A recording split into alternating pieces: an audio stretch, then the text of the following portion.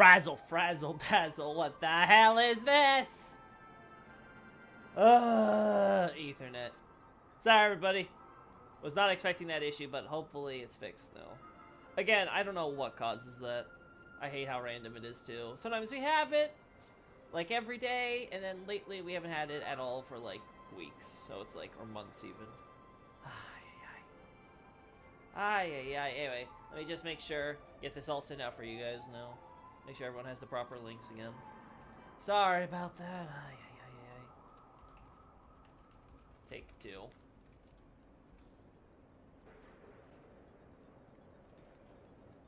Wow, 2 streams in one day. I know, crazy, Xavier. I'm an ambitious person now. Crowd round. Hey, that sounded pretty good. At least I have Gwenaifen, right? She helps make it all worthwhile. Alright, let's see. Aethernight spawn camped me.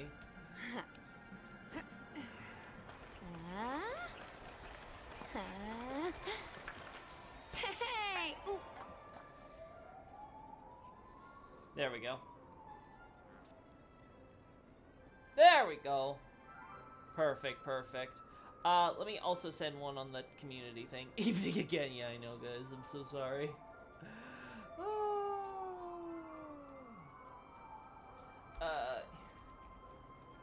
Trouble. There we go. New stream link. Again, sorry to everybody, I'm sorry. Say anything interesting in Summer's Game Fest, Loki? Well, again, I don't know how much got through with the last one, because we only had, like, what, like 8 minutes or whatever, but I was saying that besides Monster Hunter Wilds and, obviously Honkai Star Rail, I didn't really see much going on in Acer's stream when I tuned in. But I remember there being one game where I was like, oh, that got showed off, and I do not remember that being there. But again, I don't pay attention to this stuff anyway, so... I don't know, I have to go back and check, because I remember there being one game where I was like, oh, was that actually announced there? That's cool. But yeah, nothing crazy for me. I genuinely don't like these types of shows and stuff, right? I much prefer to just be like, oh, they announced the thing I cared about? Cool. This poor billboard. Anyway, so today, we will be doing the new event. Well, new. I only have a week left to do this event, man. But it's about time that we get started on this event. It's probably going to be a long one. I'm hoping it's not too long, but we'll see. We'll see. Hopefully, I'm hoping at least a decent amount of it is voice acted, please, for my throat. Yeah, okay, so it didn't get through. Yeah, okay, so that's when the Ethernet cut off. Yeah, I as soon as I saw that, I was like, ah, no, not. Why are you spawn camping me, Ethernet? Come on, you don't need to snipe me down right then and there. Ah. Alright. But yeah. So let's see. When the new update drops, by the way, I saw the live stream. It was amazing. I cannot wait for next patch. It's going to be so awesome. I'm super excited to start pulling for Firefly and Jade. And, like, by the time Firefly's out, we'll have almost 200 pulls, so we'll guarantee the Firefly. There's the question, chat. Am I going to be the type that will go for light cones and stuff? I don't know. I don't think I want to, but who knows? Maybe I'll at least put like 1 or 2 pulls into there. But I don't know. I think I'm going for E1 Jade, so that's gonna be a lot of pulls. And then I know Huahua is definitely gonna rerun next patch after, like for 2.4. Like I know that's gonna happen. So like, it's 100%. It has to happen, right? Like it's about that time. Ron May's coming next patch, right? So I'm skipping her. I'll be skipping Argenti, right? And like rolling on the 2 characters. So like. Huahua has to be up next. Hey, Tyrone! Yo, what's up? Lore-wise, who do you think is the strongest NPC in DS1? Best guess. Again, I hate these types of power level conversations, because ultimately it always devolves to whatever the writers say. It doesn't really matter who strong a character is. Someone could poison their drink and they're dead. Like, does that mean they're stronger? Maybe, I guess, in a certain point of view. But, like, if I had to say, like, who's the strongest, the obvious answer would be Gwyn, because he's the largest soul, he's the most powerful of the lords, and he's the one that's the only one that could ultimately shoulder the first flame at the time. So that'd be my answer. Don't kid yourself, Loki. This game can't afford voice actors. Yeah, I know. With those billions of dollars, they can't afford VAs. What was I thinking? I think there were like 9 games that I found at least on some level interesting. Ooh, I'm happy for you there, Ems. Why are Nightjar dudes in Sekiro called Nightjar? I don't know. I do not know. I do not know a lick about Sekiro lore, to be honest, so I cannot give you, like, any commentary on that. I'm sure somebody, though, has done some wonderful translation commentaries on Sekiro. I do vaguely recall that being a thing, so. I meant regular NPCs, not gods or bosses. Oh, then I have even less of an idea who to pick. I guess Solaire, if I had to pick one. Because Solaire's entire shtick is that, like, he does gains. So, like, I would suppose him. Clucky will always belong to Clock Studios and Mr. Watchmaker. You family people can never have it. Sir, please calm down. I'm here to help you on behalf of the Iris family. The lovely Clocky has brought immense wealth to Penacony. Now that he's a bind, the kind and beautiful Miss Note is ready to lend a hand. Oh, wait, oops, wrong person. The lovely Clocky has brought immense wealth to Penacony. Now that he's a bind, the kind and beautiful Miss Note is ready to lend a hand. me reading her as, like, frickin' crazy Clocky voice.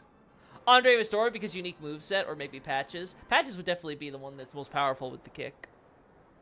Oh, really? Yeah. I never got into Sekiro in the end. Like, I was kind of hoping I would, but then it didn't really grab me. In terms of the story and stuff. Gameplay seemed cool. I would guess Lautrec, because he's got the favor of a god, and he was in the middle of trying to overthrow Gwendolyn when you kill him. Doesn't mean he's strong enough to do it, but Velka assigned him to. Velka assigned him to? I would say no to that, but... Honestly, from Software Funniest first for having Patches piecing out during Radon boss fight. Yeah, I thought that was a really good little joke they did there. I like that gag. Anyway, back to story. I'm sorry, but Clucky isn't in any trouble, nor does he need such hypocritical goodwill. Are you sure? The financial report of your company seems to tell a different tale, though. The patent is about to expire. The chairman has gone missing, and the commemorative movie has been postponed.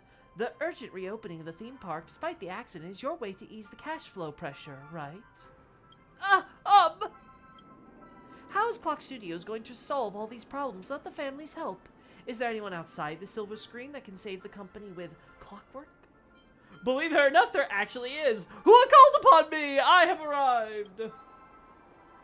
Oh? I'm sorry, guest. We're in the middle of a business discussion here. Please bear with us. Wait, why don't you let the guest give you the most genuine feedback? Just look at the Clock Studios theme park right now. The most iconic silver screen is broken, the sky is all gloomy, and the Dream Jolt troupe is walking all over the place. Clock Studios can't even dish out enough funds to fix the place, yet they want to open the doors and start operating ASAP. How ridiculous. Hey, guest, let's hear your take.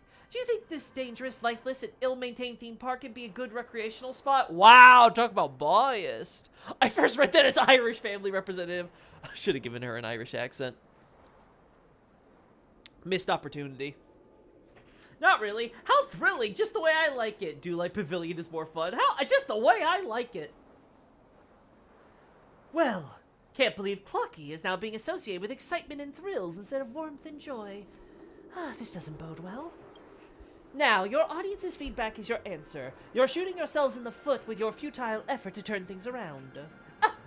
Even so, we'll never sell Clocky. Please see yourself out. All right. I'm sure you'll come to your senses sooner or later. However, there might no longer be such a generous offer on the table by the time the Clock Studios files for bankruptcy with the Alfalfa family. Darn it! There's no rush, so I suggest that you sleep on my offer. I'll take my leave now. We'll show you, bitch! Oh, the blasted Iris family! What should we do now? Seems like we can only pin our hopes on Dream Joy Memoir now. But Mr. Watchmaker... Wait, that's not Brother Hanu. He did like a cool guy. Well, let's not bother our guests with our problems. Get back to work. Once upon a Dreamville, the stop clock. Okay. Hello, Clocky. Just note, chat, there are actual Disney people who do this. That was just a minor business dispute. I'm sorry you had to see it. My name is Picey, the producer for the Clocky franchise. Welcome to the Clock Studios theme park. Holy Stellaroni, Clocky! That's right! It's Clucky, the mascot of Petticoat and the brightest star in Dreamville. All our cast members are dressing up as the characters in Clucky for the recent reopening of the theme park. We want to look more approachable while interacting with the audience. Oh god, this is approachable. Not to get political, but I prefer combustion engines over electric because powering my car with dead dinosaurs sounds cool. That is true. It does sound cool. But I mean, think about it, Tyrone. Tesla coils. Just be like, I can Frankenstein my car to life. Anyway, by the way, please don't mind what the lady said just now. We're just having a minor budget issue. Clock Studios will never go under that easily. I think. What kind of issue? Well, as you know, Clock Studios was established by the mysterious Watchmaker. The tycoon has been at the helm of the company's development behind the scenes. Clucky only gets to see its success today thanks to his business acumen and wild imagination. Yet we lost touch with him a while back, and the company's been a rudderless drift since then. We keep losing ground in the market competition as a result. What's the family after? I imagine to take over the IP. Their representative made us an offer to buy the copyrights of Clucky, claiming that they were trying to save the company. Oh, that's just baloney! There's no point in keeping Clock Studios if it means losing Clucky! Is there a solution to fix this? There is! We've been preparing a film series to commemorate the 500th anniversary of Clucky, called Dream Joy Memoir. It's a much-anticipated piece that is a collection of all Clock stories over the past 5 centuries. If we get to release the series, I believe we can turn the tide with the box office earnings and fund the refurbishment of the theme park. The thing is, the film reels of the series were severely damaged in the earlier accident. Despite our best efforts to repair them, we can only salvage some fragmented scenes, mixed with scrap storylines. We have to re-edit it. Man, this is what you do when you don't back up your files, chat. Am I right? Not like I never have that problem, right? Alas, who would have seen the Watchmaker's disappearance coming? He's the director of the film, and every crew member knows that Clucky's story is inspired by his experiences. However, none of us knows much about his background, nor do we dare to take on the director's role without authorization. For Clucky's future, please keep us posted if you know anything about the Watchmaker's whereabouts, or as someone who's familiar with his story. Well, you know, it just so happens that I'm familiar with the Watchmaker's story. You might even say I've inherited his legacy.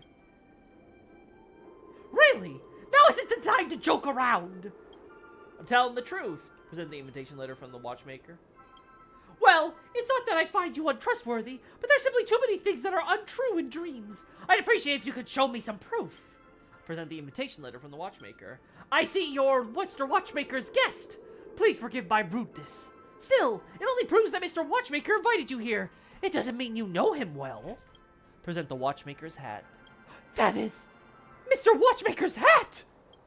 Yes, I'm pretty sure this is it. He was wearing this hat when I met him. I heard it's something very important to him, but now it's in your hands. I understand, dear guest. You may be the only one who can say the Dream Joy Memoir movie series now. Please follow me to the theater. I'll show you the work Mr. Watchmaker left behind.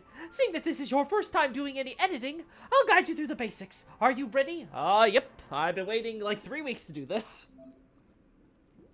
Tick-tock! The Watchmaker left behind a lot of raw story snippets that need to be edited before they can be released. Come on! Let's practice our editing skills in this Chronometer Chronicles film first! Okay. Starring Clucky. Oh my god, this music. Tick-tock! Every Dream Joy Memoir film contains multiple characters. You'll see the completed film snippet at the start of the chapter. Go and take a look! 3 acts in total. The story we're about to tell happened a long, long time ago. The Clucky from back then wasn't some Dreamville superstar, but lived on a ship named the Compass. Tick-tock! I'm Clucky, the most awesome crew member on the Compass! Our ship's been to plenty of places, encountered plenty of danger, but we also made plenty of friends! This voyage has been the most fun ever! Across the vast sea, there are many wondrous new lands! It's our crew's goal to explore the rest of the uncharted world. I don't know why that was a tongue twister. TikTok, huh? Didn't realize we're a nightmare. Welcome to TikTok world, everybody. See, it's a Chinese game, so it only makes sense. I would steal that clock guy's hat with one of those dinosaur grabbers. Could have stolen the hat with a foolish clock, dude. Man, just isn't smart enough, you know? Anyway, across this vast sea, there are many wondrous new lands. It is our crew's goal to explore the rest of the uncharted world. There we go, now I can do it. Let me tell you about our adventures. The flooded Watch City, the ever-spinning Screw Kingdom, the Gold Sand Town beneath the Aurora. Which would you like to listen to first? Hold it, tick-tock! The Navigator's Master Hat and Armchair Boy are calling for us. Our ship's about to set off. Oh, those are the two navigators we saw in our in the Watchmaker's flashback. What weren't they? Instead of just hearing my tales, why not experience it for yourself? Get on board and live the adventures with the compass. The compass is setting off once more. I wonder what interesting wonders you'll encounter with Clocky. Tick-tock! This is an unedited story snippet. You'll need to determine their duration. This is the dice that represents the duration of the snippet. Drag it onto the plot content to start editing. The compass up towards the unknown, but the ocean seems unwilling to let the compass travel unimpeded, thrashing up. Oh, oopsie. Unimpeded, thrashing up ferocious waves and damaging the hull of the ship. Cool to know. So we do this. Tick-tock! The different amounts of time invested will bring about different emotion changes and varied story content as well. These are the emotional inclinations we're bringing to the audience. A good movie should encompass a variety of emotions, and they should never be allowed to hit zero. Tick-tock! Once our film is completed, it will undergo an internal screening where it must meet the specified targets in order to proceed. Okay. Well done! Let's keep on editing! Alrighty. Uh-huh. Golden story snippets represent interesting storylines which will always increase audience emotions. Gray story snippets represent somber stories, which will always decrease audience emotions. Tick-tock! We need to dedicate as much time to interesting stories as possible while editing. Alright. Select the dice also allows for quick allocation of the edit time. It's quite convenient. Let's keep editing! In Elden Ring was an open world. Would Tower of Return and Frenzy Tower have unique models? I don't know. That's actually a good question. Because I'm kind of... If it was an open world, there would presumably be... Either the lands between would have to be shrunk to accommodate all the different dungeons and stuff that they'd have to set up. Or they would have to just simply cut out a lot of the lore and storyline and make it something more compact to fit in with their more condensed world. So I honestly don't know how that would work. That's a good question. Would they have more time and effort to put into, like, making unique assets? I don't know if that's necessarily the case. Maybe not. Anyway, let's see. The compass arrives at a small town ravaged by a vicious snowstorm, where a strong gust blows away Master Hat's hat. Clocky sets off into the blizzard alone to try and retrieve the hat. The compass arrives at a gloomy town shrouded in darkness. Somehow the sun is getting dimmer. And dimmer, making the townsfolk grow despondent. Clocky and his chum set off to discover the secret behind the disappearing sunlight. So interesting how they're basically giving us, like, multiple choice on the history of Penacony and stuff with the Watchmaker. And you can check on, like, how many acts and stuff. So we want to add more to get above here, right? Yeah, okay. And we want 1 for this. Okay. Let's continue editing. The townsfolk and crew are not fighters, and they're helpless before the might of the bombheads. Clocky has to come up with a way to help the townsfolk here. Without any sun, the bleak little town gradually becomes doomed, and the townsfolk want to flee with the compass out of despair at the lack of energy and food. Clocky has to help cheer them up. Okay, so...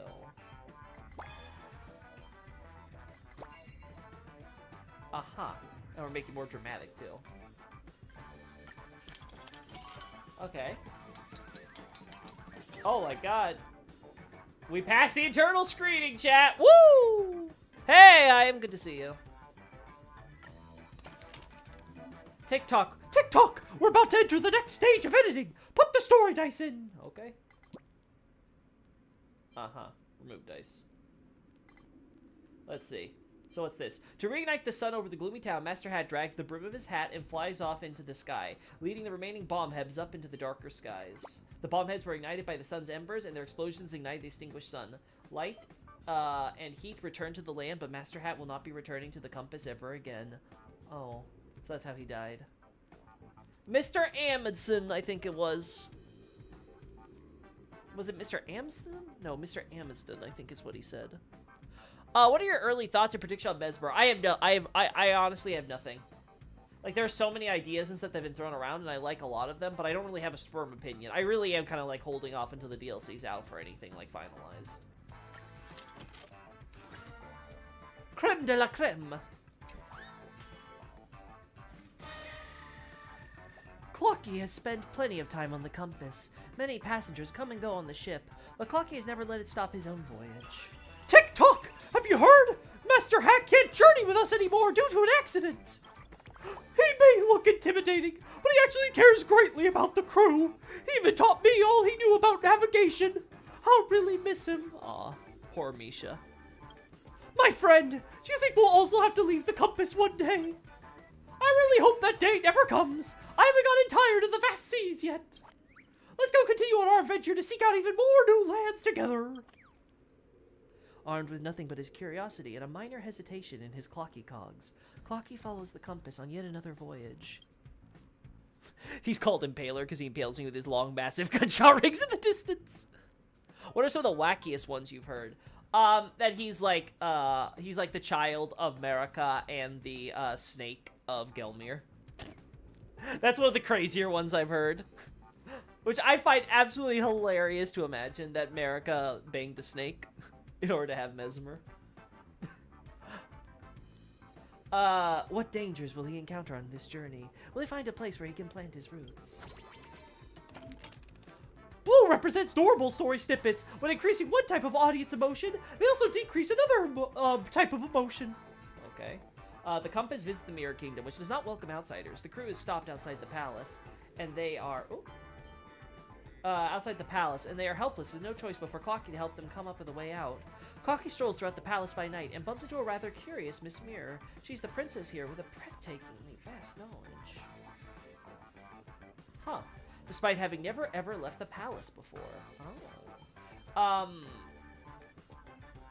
Who's Miss Mirror?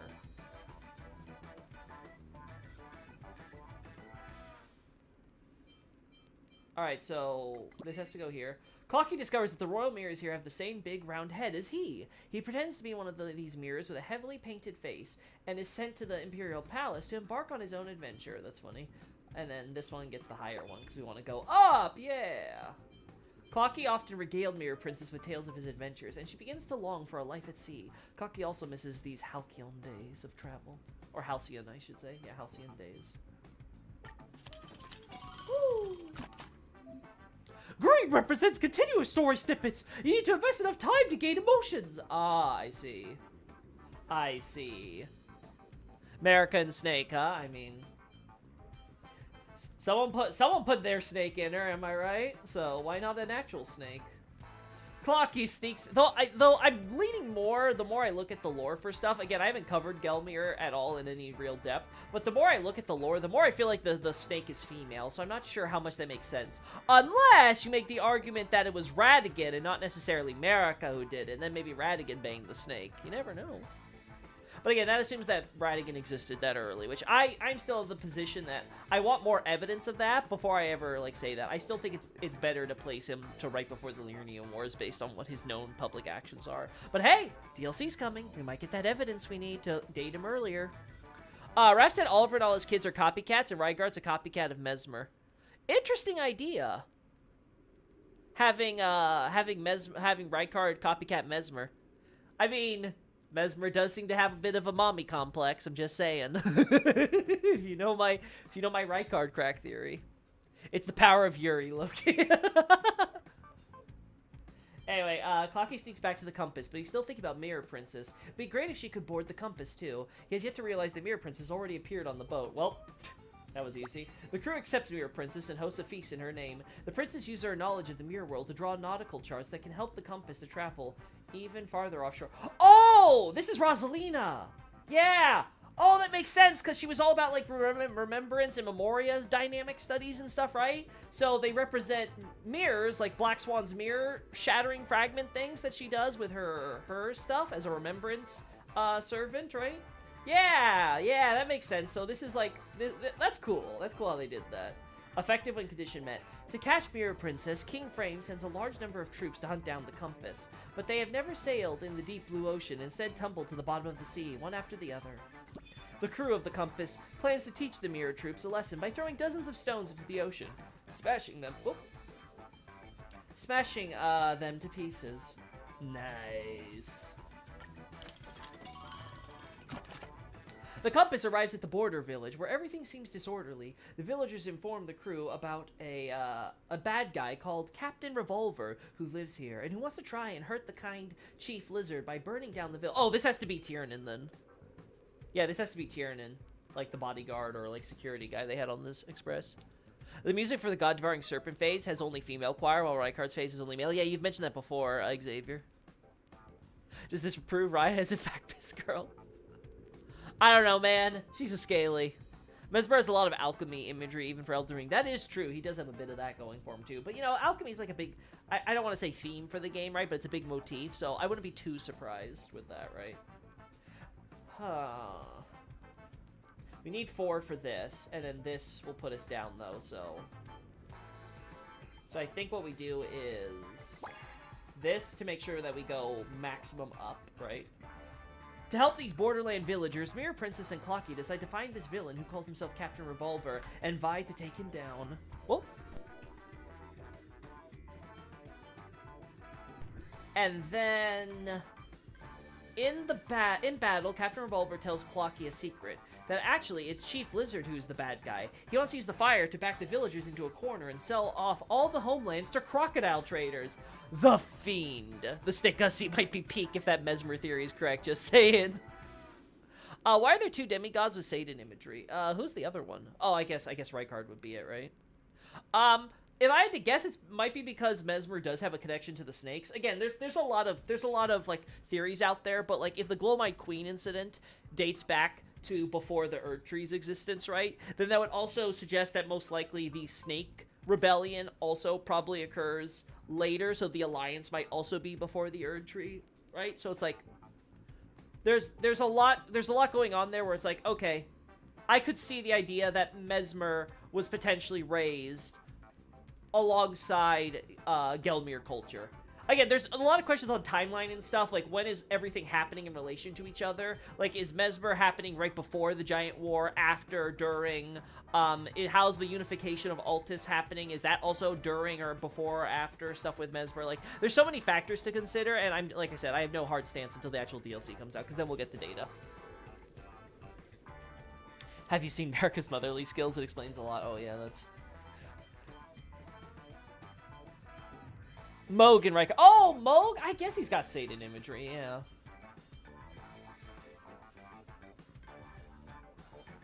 Alright, let's see. This has to do it, right? Clocky and his chums reveal Chief Lizard's plot, but the villagers somehow don't seem to think the working for crocodile traders is that bad. Instead, they seem to support Chief Lizard. Well, sucks for them. They don't understand the power of freedom of the Trailblaze. Anyway, Captain Revolver and Clocky are driven out of the border town, misunderstood by his colleagues. Captain Revolver is very sad, but the crew of the Compass accepts him. Clocky invites him to be a guard aboard the boat. Captain Revolver promises to join the Compass. He strikes up friendships with the other crewmates and keeps the Compass safe.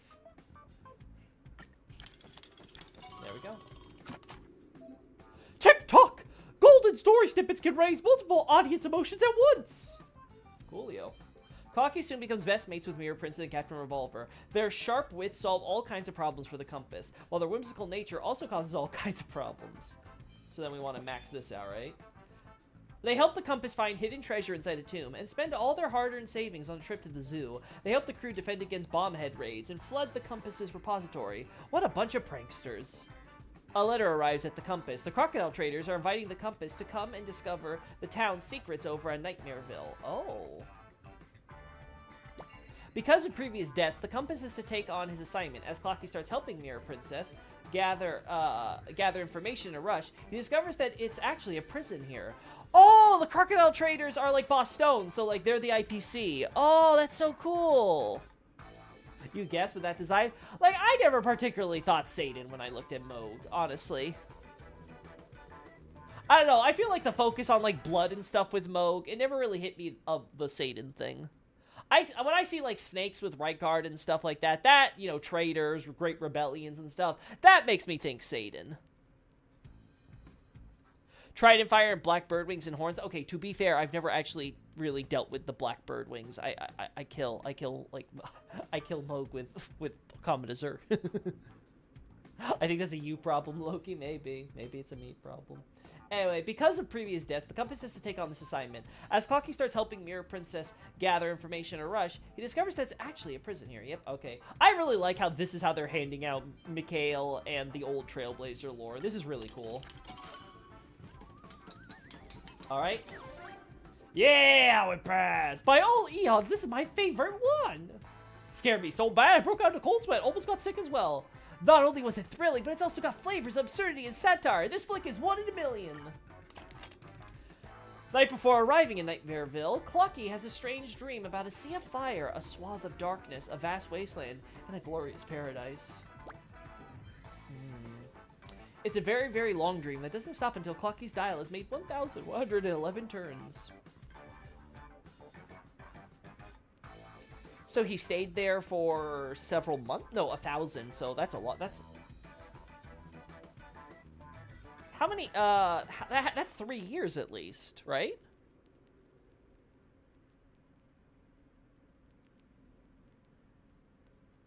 Elden Ring style while using Comet Azure. Exactly. Difficulty? What difficulty? I just Comet Azure everything. The eve of departure.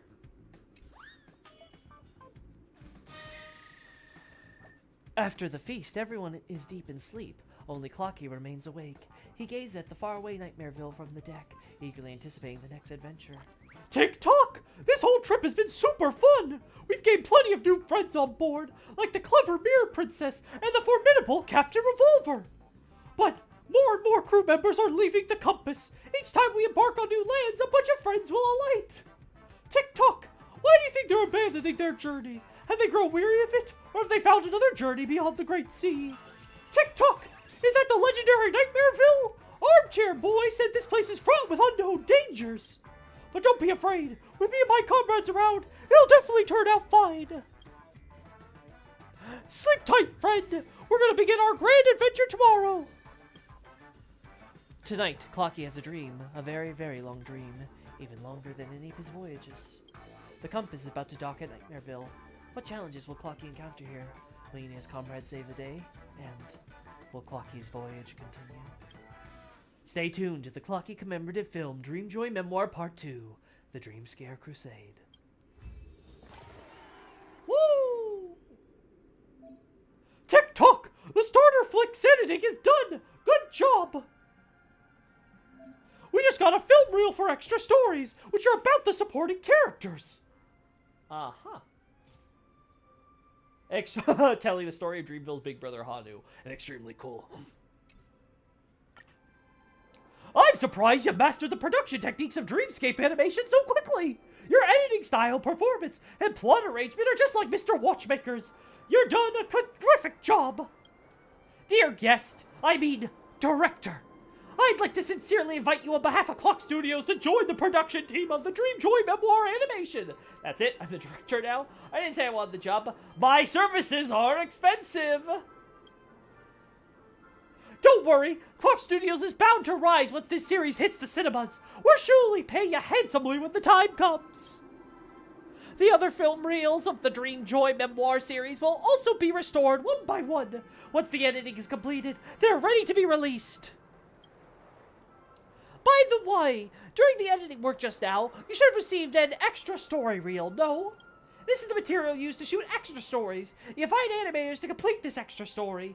Those animation-based obsessed artists are all wearing various characters as headwear. You should be able to identify them immediately. Filming extra stories for characters is a glorious tradition that Clock Studios has continued to the very present.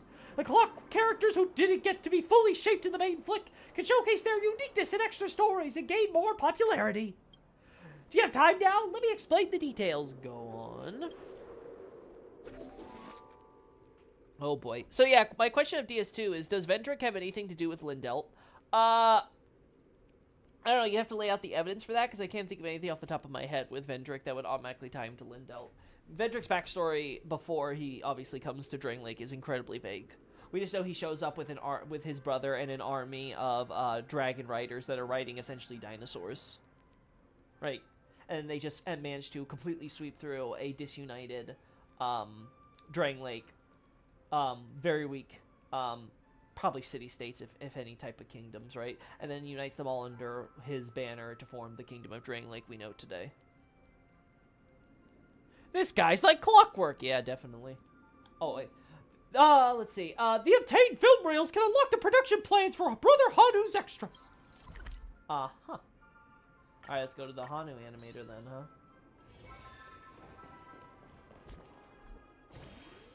Oh, I can already get stuff. Cool. I can claim the light cone! Woo! I have it.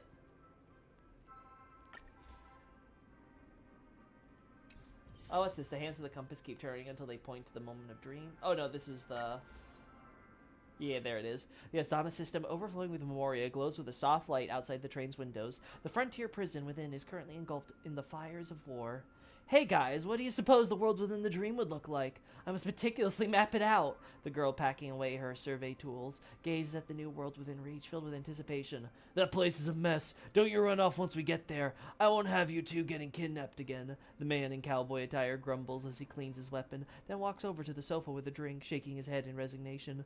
The land of the dreams promises infinite possibilities. We'll surely make our mark. Hey, conductor, if we fall in love with that place and never return, would you miss us? The nameless, dressed like a gentleman, winks at Pom Pom, smiling. You can't joke at the conductor's expense like this! Is that what you want to say, conductor? The girl's mischievous grin spreads across her face. You guys are so mean! Bubbles drift up and down in the glass as the express fills up with joyful laughter. The youthful silhouettes of these nameless get gradually swallowed by Memoria. Have a safe trip, please. When the conductor turns their head, the express is already empty. The conductor stands frozen, this scene hauntingly familiar, as if lived through countless times before. Aw, poor Pom Pom. Memories of the past. But nice. Alright, now we have to get the 4 superimposition so I can get the copies. Man.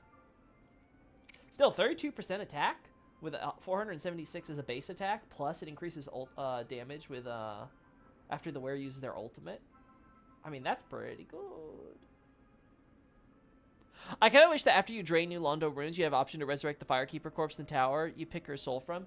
Yeah, I mean, it would be cool if they allowed you to, like, kind of revive areas in some sense, but, like, that's not really the idea they have with Dark Souls, right? It's supposed to be, like, a world past its prime, already dead in many ways, so I think doing that outside of the questline involving Lautrec would be a bit, weird. But yeah, I'd love to see more of that stuff in their games, just generally more RPG stuff from software titles, you know, like actually being able to kind of, you know, like, fix up and change the world and make, you know, meaningful decisions and things. I feel like a lot of that kind of gets shoved to the side so they could just focus on the combat end. Also, how come Anastasia is the only corpse that can be resurrected by giving them their soul? I mean, the one you could argue is because the plot demands it and stuff like that, but, like, the serious answer would probably be something akin to the fact that her soul is stolen and she has a will that leaves behind the eye orb in the first place. So there's probably some... Despite the fact that she wants to die human, not as an undead. So you can make the argument that she simply has the will to still live with that. But ultimately what happens is that she ends up restoring her tongue and stuff with the Firekeeper soul, period. So you can always make a case that it's just a matter of this could theoretically happen with any, at least undead Firekeeper. And that the, again, it's just plot convenience that we don't do that with the others.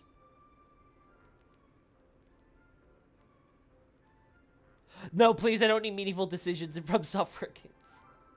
My dumbass tried to make a Necromancer build in Elden Ring, then I remember Spirit Ashes are basically Necromancy. I mean, I mean, there we go.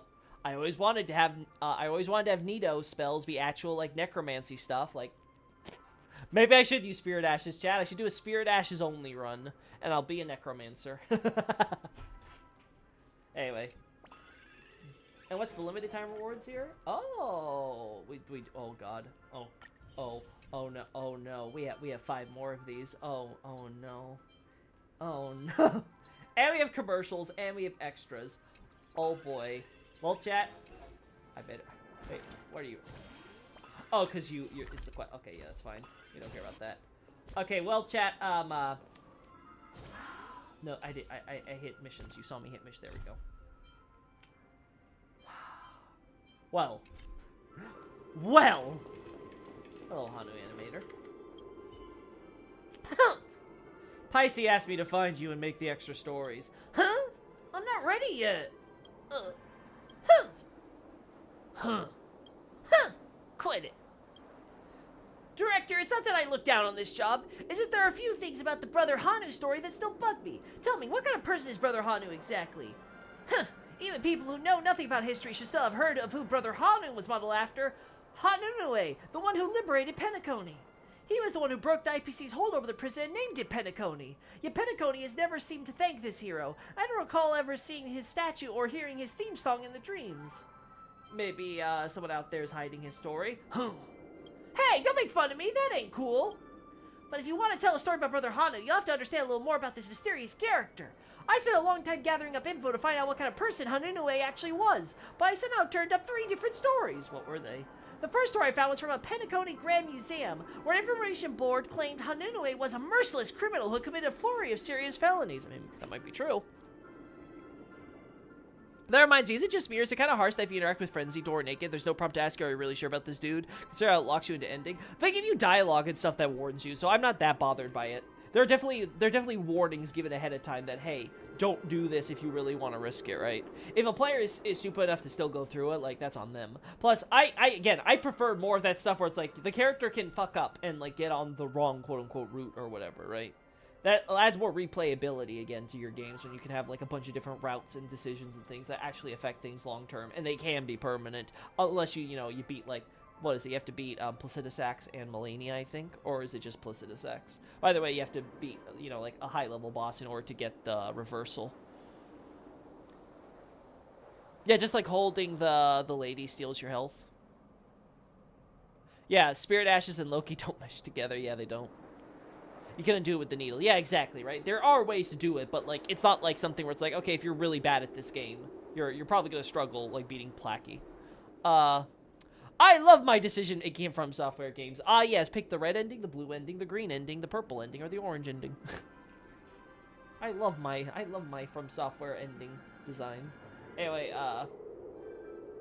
claimed to know it was a merciless. Yeah, okay, so he waged war in the Montor system prior to his imprisonment that cost millions of innocent lives. And despite freeing Penacony using brutal means, it was those same brutal means that turned Penacony into a nightmare. I wonder if we've heard of the Montor system before. It doesn't sound familiar to me.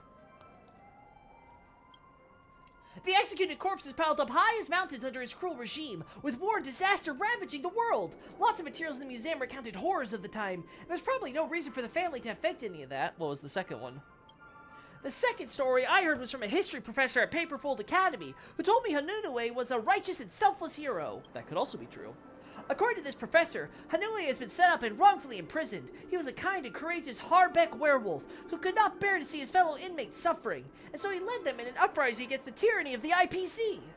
After winning the battle, he chose to cede power as the biggest hero and established the system of different lineages. He defended this world's freedom as the leader of the Hounds and fought for Penacony in the barren dreamscape right up until the eve of his death. What about the third one? As for the third story, it might sound a little outrageous, but it's some unofficial history that I read about in the Primal Waking Library. Hanunue was just an ordinary Asdana Wildwolf. At the frontier prison, suppression of inmates had reached a zenith. However, nobody dared to fire the first shot. Yeah, that should be dared, not dated.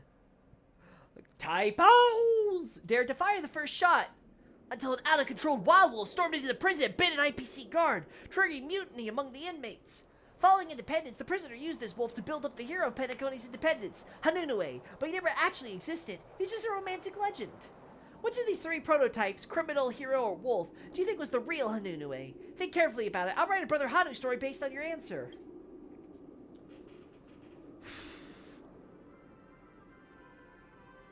But Loki, who can marry a puppet with 4 arms?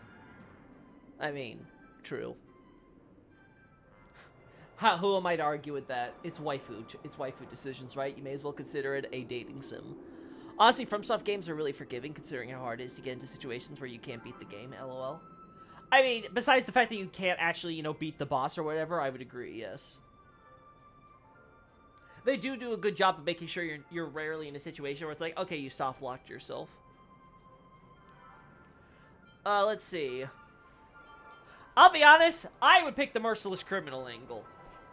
I think the bad boy look is whatever fans are gonna want from, like, you have Clocky be like the pure, innocent, good guy, and then you have Brother Hanu as be like, you know, you know, he's be above the law.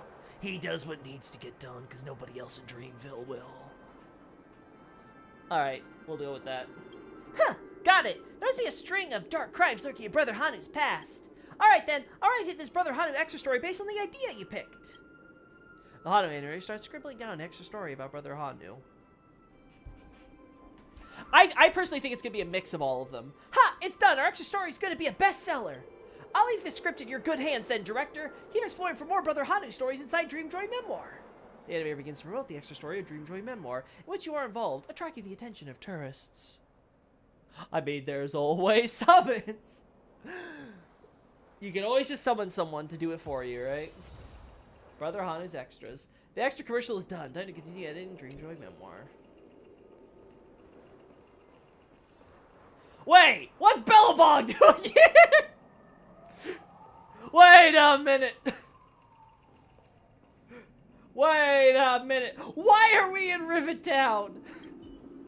So what? Huh, my work is now done. Wanna chat? Alright, what do you want to talk about? About Humph. Huh, I don't know why, but Brother Hanu only makes this noise in the animation. It actually saves us lots of money on voice acting. I wonder what Mr. Watchmaker meant by this design. Perhaps Hanunue is also someone of very few words. About Hanunue? Huh, I've investigated this for a long time, but I still don't know who Hanunue actually is. Even if he really does exist, he's a historical figure that must have been thousands of years old. Would Mr. Watchmaker really know him? That's actually a good question. How did aging work on Penacony at that time?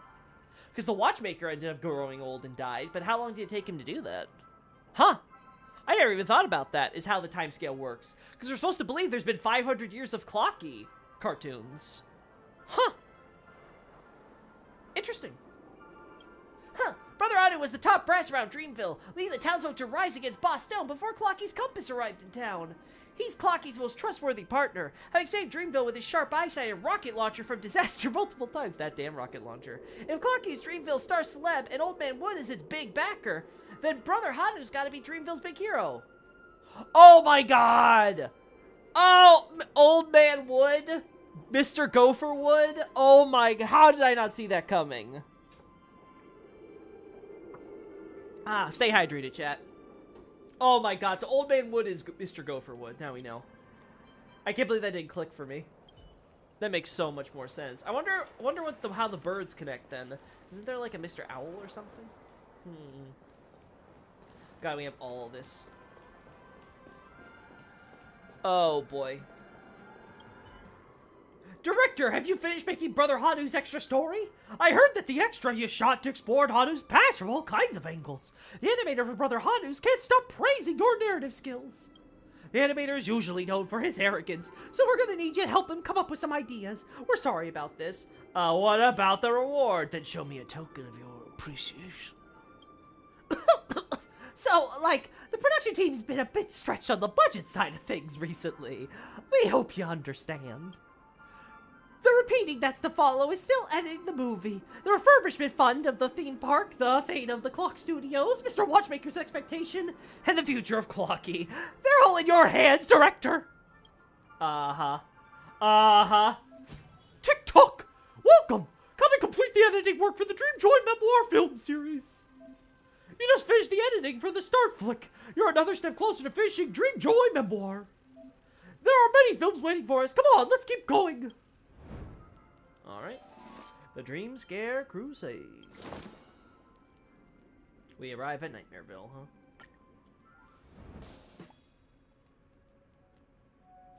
More lore! Start here. Looks like we can go in a split with the storyline, too. Honk honk! The horn wails as the compass docks in Nightmareville. Tick-tock! This is Nightmareville? This town is really deserted. Truly nightmarish, like its namesake. Tick-tock! Listen, some strange noise came from one of the streets ahead. Let's take a look. What secrets lie hidden within the gloomy and creepy Nightmareville? Let us follow Hollow and Clocky's footsteps and tread along this adventure. The crew stops out onto the streets of Nightmareville and sees for themselves the desolate wasteland. Flames lick at dilapidated wooden houses, and hungry crocodiles roam through the ruins. Oh. We need to hit 15 on the dramatic, right? So we'll put this lower. Tick-tock! What on earth is going on here? Clocky's curiosity drives him to keep pushing on. Clocky and the crew come across an intoxicated soda bottle, who wants to give the crew the bubbly potion in his hand. Oh, Mr. Soda, would you new friends like to buy a few bottles of Soul Glide? Mr. Soda has to be, what's his name? Is it Glox? It's not Glox. It's the guy that we met at the show place. They had the park named after... I don't remember. I can't remember, but he has to be that guy. Clocky doesn't want to drink Mr. Soda, but the crew buys quite a few bottles. It's hard to refuse a bottle of soda that itself is selling soda. That's the power of image marketing. Clocky and the crew find an abandoned mine stacked with sparkling gems, which seem to be the town's treasure. Vault. Clocky fixes his gaze on it. This has got to be worth good money.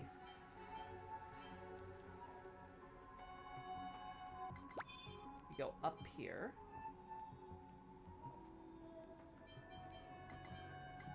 Yeah, we max that out. Okay, and then see, Clocky doesn't care about the crew telling him not to do this, and instead takes many gems. Tick-tock! You don't really think about whose stuff you're taking when you usually open up chests, do you? I don't. I usually just take whatever in the chests wherever we find it, right? I mean, Clocky got a good point. I mean, I think all of us FromSoft players should know, like, you know, do we ever think about who owns these chests? Well, I do for lore, but, you know, nightmares, I knew it. Anyway, one cool dude named Brother Hanu stumbles across the crew inside the mine. Faced with these strangers, he makes his totally cool grunting sound before lifting up his rocket launcher without a second's hesitation. Clocky chooses to beg for mercy, but Brother Hanu arrests everyone. Tick-tock! We were dancing to the jailhouse clock! Wow. Wow. Even the old Astral Express is always getting to jail the first time they arrive on a planet. Man! Every freaking time! Okay, it's just official. If you're a nameless, you have to go to jail once in your life. You have to have a criminal record. It's required to travel on the Astral Express. You have to become an intergalactic criminal. I do. I waited for Patch's permission to open his chest. Ah, I see. Soka.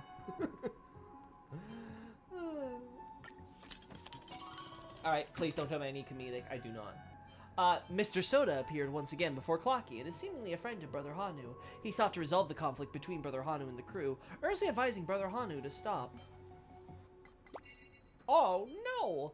With Brother Hanu's permission, Mr. Soda tells the story of Nightmare... Oh, wait, sorry. Brother Hanu heeded Mr. Soda's advice and temporarily set aside his hostility. He let out unwilling With Brother Hanu's permission, Mr. Soda tells the story of Nightmareville to the crew, who all listen attentively. The townsfolk here suffer crocodile attacks all year round, and it wasn't until a shooting star fell that Brother Hanu started leading everyone to rise up.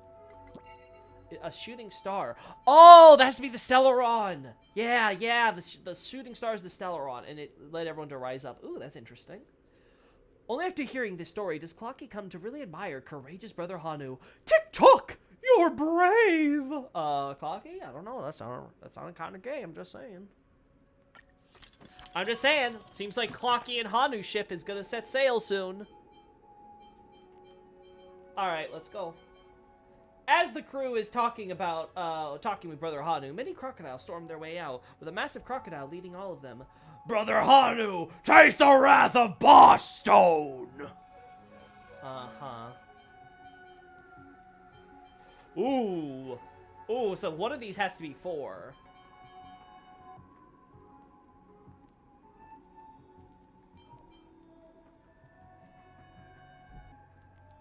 We do this to maximize that.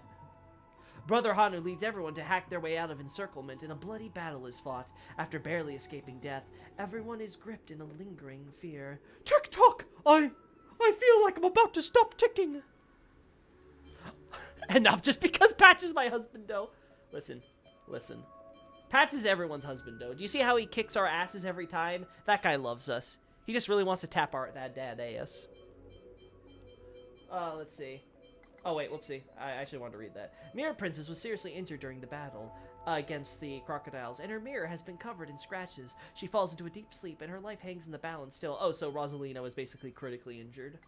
Without saying a word, and with complete disregard for personal safety, Brother Hanu plucks herbal medicine out from the crocodile's jaws and heals the princess. But this isn't a romance drama. The princess doesn't fall in love with him or anything. Oh, I see, huh?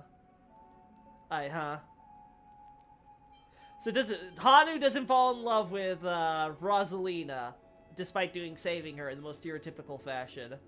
I wonder if they are trying to hint that Mikhail and Hanunue were a thing.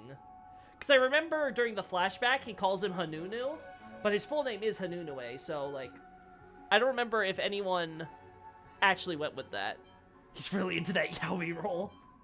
I'm just saying, Clocky.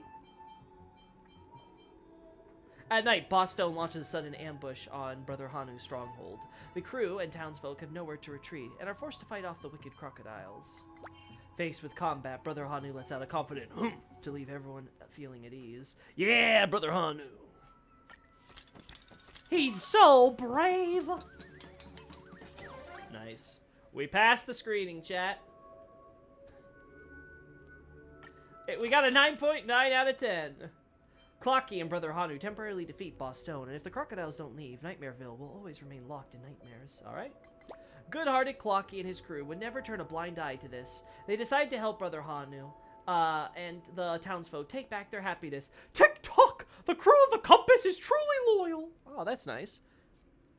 If Mesmer is a snake simp, does that mean he likes lizards? Why you make me consider that I am? Damn it. You know what? I'm sorry, guys. I can no longer support Mesmer. I know his design looks awesome. I know he has a great voice. I know he's got that badass ambiance with the flames and everything. But you know what? If he's a filthy, stinking lizard lover, we can't have that here. But no, I am curious what his backstory with snakes or dragons or whatever is going to be specifically. If it's going to be that he took part in Dragon Communion, or if he had like a history with Gelmir or whatever, like there's so much they can go with. After an arduous battle, the crew and townsfolk emerge victorious, fending off the vile Boss Stone. But Brother Hanu tells Clocky that Boss Stone still has many lackeys and will soon make a comeback. IPC's gonna come back. Tick-tock! So that crocodile trader was scamming us! No riots are going on here! It's because the townsfolk had enough and started revolting! The crocodile baddies are about to run out of luck! The Compass crew will never sit idly by against ruffians that oppress the innocent! Tick-tock! Before the next voyage begins, we must rid the town of the crocodiles and allow its residents to return to their peaceful lives. Let's go, friend! Let us team with Brother Hanu to defeat Boss Stone! The Compass's crew elects to help Brother Hanu. Clocky also rushes into the fray, his dial brimming with justice and compassion. But this isn't just some playground tumble, it's an actual war. A war that's far more brutal than Clocky can imagine. I've destroyed Loki's hype, yeah.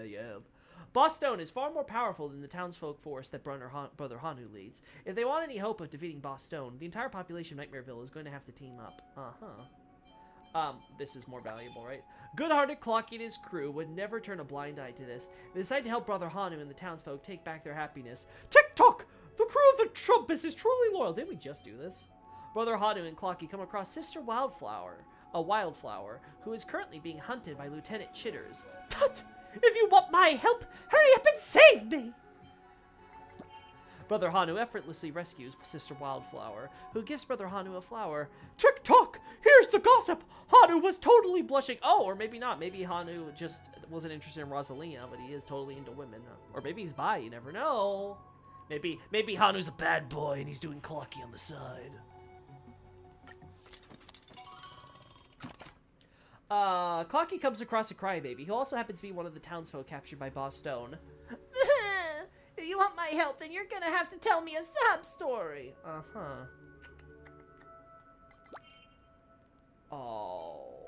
No, that's terrible. That's terrible. No. We need to do, yeah, that needs to go up. Clocky tells the story of Master Hat. That's a real tearjerker. I hope you'll be even sadder in the future. Wow! What the fuck, man? Did Gwyn leave because he found out his daughter was into lizards, and because alcohol wasn't invented yet, he instead had to link the first flame? No, you see, Gwyn shipped the lizard. That's the real story. He was all about that scaly porn. I mean, come on, man. He screwed a lizard himself, so like, let's be honest. Gwyn is a scaly in his heart. He doesn't want to admit it. He went on and persecuted all those dragons at the beginning because he wanted to not give away the game, but like, yeah, he's really into those scales. He thinks they're sexy. Clocky meets shopkeeper Leaf, who used to be one of Boss Stone's lackeys. If you want my help, tell me what's in it for me. Clocky takes out a piece of treasure from the compass, and this covetous one instantly joins the squad. Tick-tock! Should we sign a service contract first?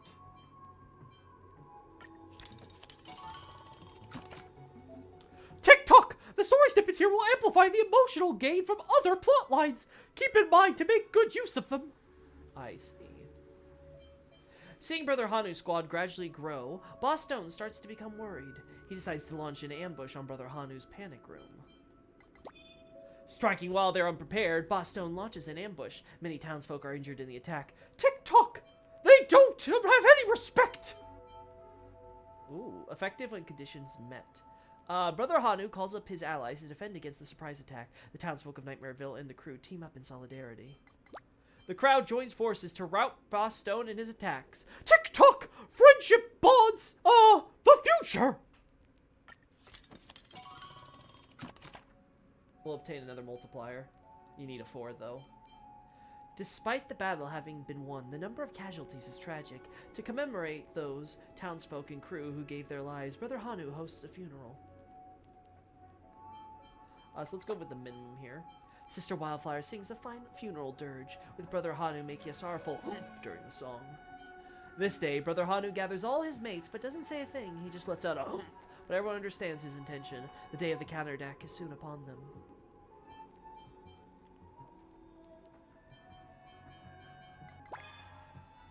Yeah, that'll be fine. Let's see. The townsfolk heed Brother Hanu's call and are always ready to give up their lives for freedom. This is for the dream to eat, drink, and be merry every day! Were you annoyed when Exiled Sun appeared in Dark Souls 3? I was. By towards the end, I was getting quite annoyed with DS3. No, not at all. I really love DS3. It was the sequel I always wanted from Dark Souls 1. So, yeah, I have zero complaints about how they handled Gwyn's firstborn. In fact, I think they handled it really masterfully. Yeah, what would be, like, my big annoyance with Dark Souls 3, specifically narrative-wise?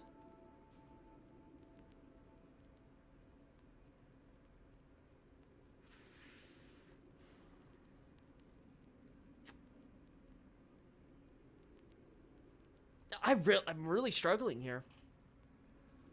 I'm really trying to think of something that I really don't like about the Dark Souls 3 narrative and how it's set up and laid out.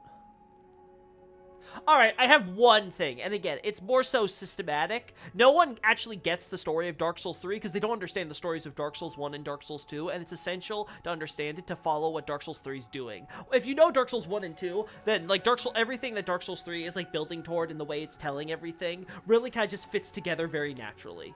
That would be my complaint, is that it's very hard to talk about the Dark Souls 3 narrative unless you're someone who's already been familiar with the first two narratives of the game, which is like nobody. So that's the only thing I can really say there. Oh, wait, did I actually read this? Like, before the Battle of the Crew, the townsfolk stage a grand party. This might be the start of a long and grand event for the final feast for everyone. Okay. At the party, everyone is down in the dumps and worried about the perils they're about to face. Tick-tock! I'll settle down back in Watch City and get married after this fight. Good luck with... Like, isn't that a death flag, Clocky? I guess we'll see. Well, we passed the screening, at least. Tick-tock! This is where the storylines can branch. The dice you invest here will push the story toward different endings. Let's finish the editing of the classic ending first, and then go experience other endings. Okay, sure. Classic ending. So this I assume is the canon ending, right? And the special ending would be like alternate history, I assume. During this battle, Nightmareville pays a heavy price in defeating Boss Stone, but the plutocratic Boss Stone is able to stage a comeback. The townsfolk are very anxious and all propose that Brother Hanu conduct peace talks. So we have to go with this one. I see. This is why. All right, this is why they give you this decision thing, because you can decide the two endings. Brother Hanu rejected the proposal for negotiations. He vowed to completely drive Boss Stone out of town. Tick-tock! Half-measured resistance is the same as resistance at all. There should be a no there. Tick-tock! Half-measured resistance is the same as no resistance at all. They need to fix that. Lore-wise, DS3 is pretty good. I just hate that piss filter. You mean how everything looks like wet? Yeah, that, like, again, that's more talking about, like, graphics and art style. I agree. My problem with Dark Souls 2's art style is everything looks so dry. My problem with Dark Souls 3's art style is everything looks so wet. It's, again, generally, Dark Souls 3, I think, overall looks great. But, like, that little thing where, like, everything, like, all the tiles, every brick, like, everything looks like it's got this, like, covered in this lather or something. It's like, God, like, why does everything look like it just got rained on? Anyway, now let's continue with this then. Alright, we're doing the incoming showdown. Under Brother Hanu's leadership, Nightmareville once again defeats Boss Stone. But there is no elation of victory on the townsfolk and crew's faces. In this war, they've lost too many comrades. And the aloof and merciless Brother Hanu has decided to fight till the end. Tick-tock! The crocodiles have eaten so many of our friends! We may lose even more of them in the battles to come! But Brother Hanu is right! We must fight on! Tick-tock! For our dearly departed comrades, we must not rest our feet here! My friend, let's continue the fight! For Nightmareville's happiness, and for the Compass's glory! The savage war rages on. Clocky and Brother Hanu believe that their resilience will pay off. But for the other townsfolk, such hope is just too much to ask for. Elden Ring is probably where they handle it the best. Yeah, I think Elden Ring's art style, again, it's obviously going for a different vibe than Dark Souls or Demon Souls or Bloodborne, obviously. But I think Elden Ring definitely got it where, like, it looked just right. Nothing looks, like, a little off in the stylism of it. Because most of that style is put not into, like, the looks of the graphics, I should say, but in the colorfulness of them, right? Like the saturation and stuff. Like the colors really pop in Elden Ring and they really stand out to you, but not in a very garish way, just in a way that like just enough where you're like, yeah, this feels brighter than it felt in like say Dark Souls, Dark Souls 2, Dark Souls 3, Demon Souls, Bloodborne, etc. Right? Like it just doesn't feel as much like with those like earthy or neutral or gray tones that you would see, or you know, like you'd have those browns in Demon Souls too, right? Everyone would call it the piss filter. But like, yeah, I really appreciate how they handled Elden Ring. I think it's going to age really well for years to come. Alright, Brother Hanu keeps fighting, causing a rift among some of the townsfolk. Even his old mates, who once rallied around him, are now beginning to turn against him. We need to go really high, right? So we have to do this. Facing such a chaotic turn of events, some townsfolk choose to defy orders and become... Oh, sorry. But Clocky trusts that his partner is right and is determined to help Brother Hanu defend this town. Tick-tock! Even once all the soul glad in the world has been drunk, you still have to be the top dog of Nightmareville! Facing such a chaotic turn of events, some townsfolk choose to defy orders and become lackeys of Boss Stone, while others choose to start from scratch and become the next Brother Hanu. Brother Hanu feels very lost. He never expected his persistence to lead to everyone's betrayal. Fine, he did think about it, but he doesn't regret it. So it seems like this is part where the war was just dragging on, so some people were like splitting up and fracturing the prisoner side, and some people ended up defecting to the IPC. That makes sense. Before Elden Ring, I thought their art style peaked with Bloodborne. Happy to be wrong. I agree. Bloodborne does look really good, right? But it has a very specific look to it for sure that's going with that whole, you know, gothic horror, cosmic horror look, like really blending those two vibes together. And they do it masterfully. But, like, yeah, I think Elden Ring really, I think they hit it out of the park. It's a world where it has, like, that Lord of the Rings, like, you know, like, high fantasy vibe to it without losing that dark fantasy vibe to it either. And I really appreciate how they were able to balance that. Anyway, Mr. Soda is still hanging around Brother Hanu and believes his Soul Glad can one day pull in more profits than even Boss Stone. On this day, he leaves the house stone cold drunk and wants to sell Shopkeeper Leaf for some of his soda. We have to get a negative here, huh? Shopkeeper Leaf hates Mr. Soda, so he harshly kicks him out. Ever see any water there garden with soda? Nope. At night, Brother Hanu appears in front of Clocky's house to talk about some dreams he's been having, but Brother Hanu only lets out a humph. Somehow, Clocky completely understands what he means. Brother Hanu's wish is to turn Nightmareville into Dreamville. Who isn't filled with inspiration upon hearing that?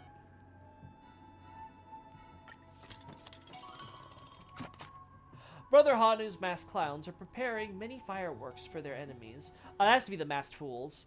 And want to blow them all to smithereens. While transporting the fireworks, a stray bullet lands in the middle of them. Oh no. The flames from the fireworks display catch the enemy's attention. Nobody even hears him laughing anymore, and his mask becomes a turning cog of joy. That's interesting. And the artillery lights up the stronghold, and Brother Hanu's underling, Crybaby, condenses his tears into rainwater to douse the flames. They cry so much that the tears flood into a river. To stop everyone in the town from being impacted by the tears, Crybaby dives into the river and disappears with the waters, leaving behind only one turning cog of depression. Huh! I don't know who the baby or... Who would the cry... Oh! The Crybaby has to be the Morning Actors! That's why... Okay. That has to be it. This has to be Masked Fools, and this has to be Morning Actors. Okay. Okay. I think I'm understanding what they're trying to say here. Has Lucky Red children of her? Nope. Don't know what that is. Clocky hears the bad news about his mates and is overwhelmed with grief. He knows that if Brother Hanu doesn't put an end to this ridiculous struggle, then more and more friends will be harmed.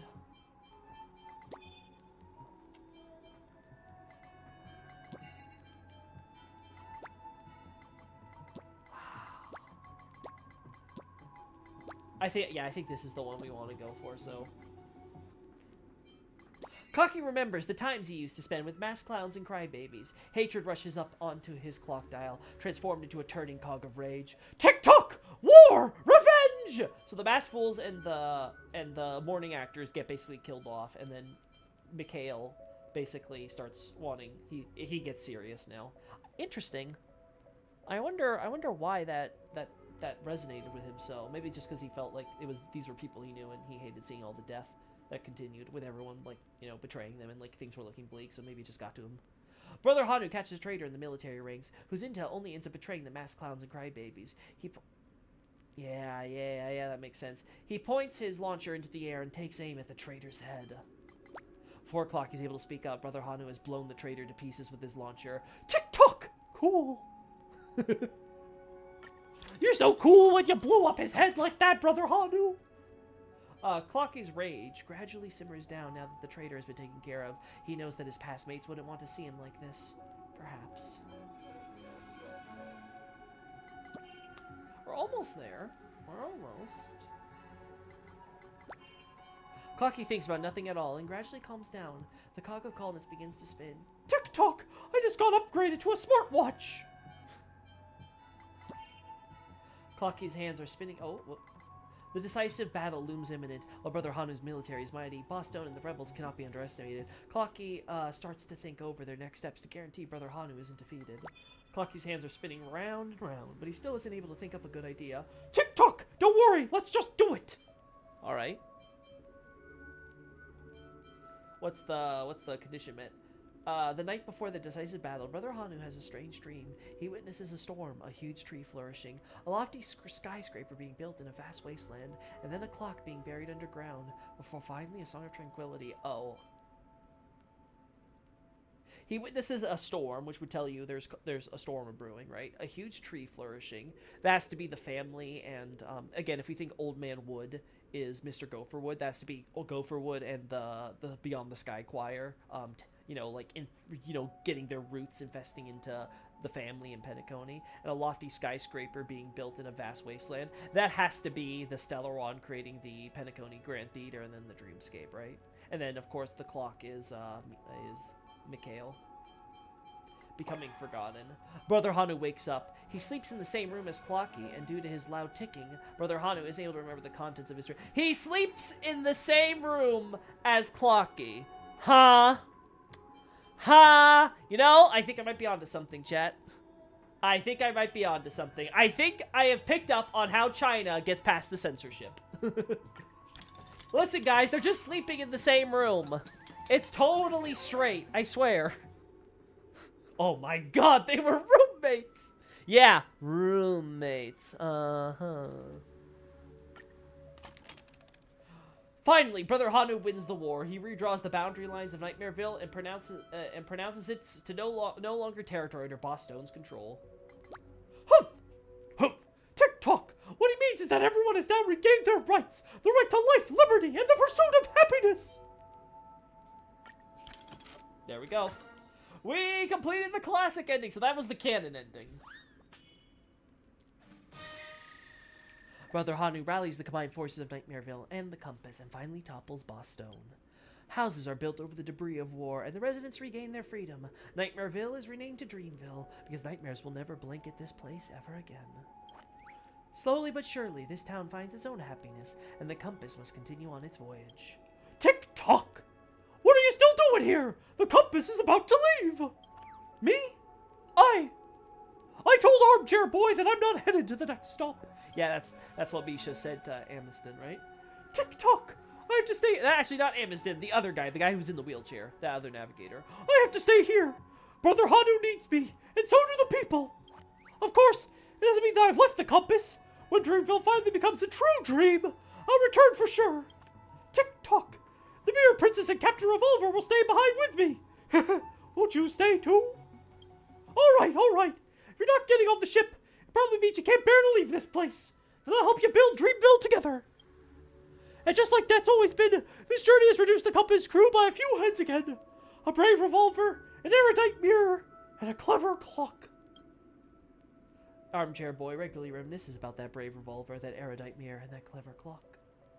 But he knows that they did not abandon the voyage. They simply found a new destination, and are where the Compass's crew is. The voyage will never cease. Will Clocky and his companions staying behind in Dreamville? What challenges will he face next? And where will his voyage take him? Stay tuned to the Clocky commemorative film Dream Joy Memoir Part 3, Dream Jolt Havoc. And it's successful! Head to the theme park for Mr. Soda. Alright, I have to look this up because it's gonna bug me so much if I don't look it up. Supported by the box office earnings, the Nightingales work through the night until the night. Wait, no! No! What was it saying? I refuse. I refuse to skip. How could they do this to me?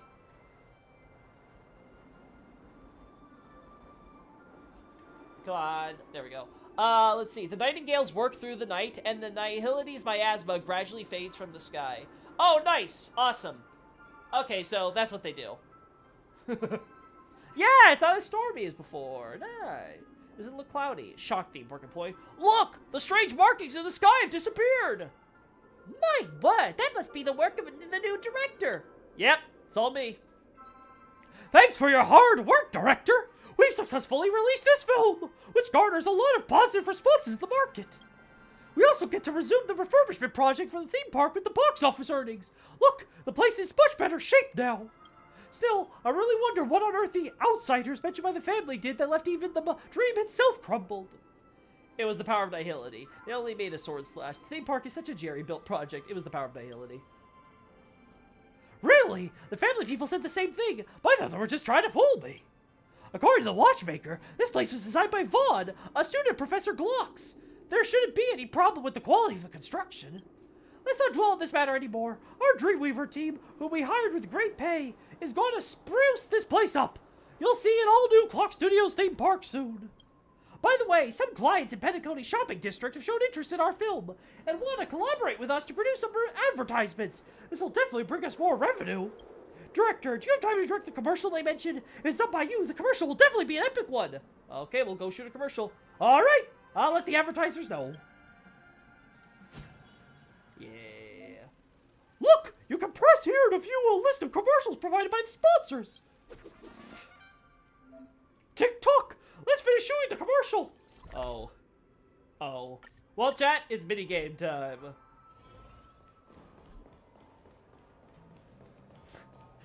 I should have known. Item wear and tear, manpower costs, filming expenses. Oh, right, also gotta factor in the duration. So the sum of expenses is... no, we succeeded our budget. Where can I shift things around?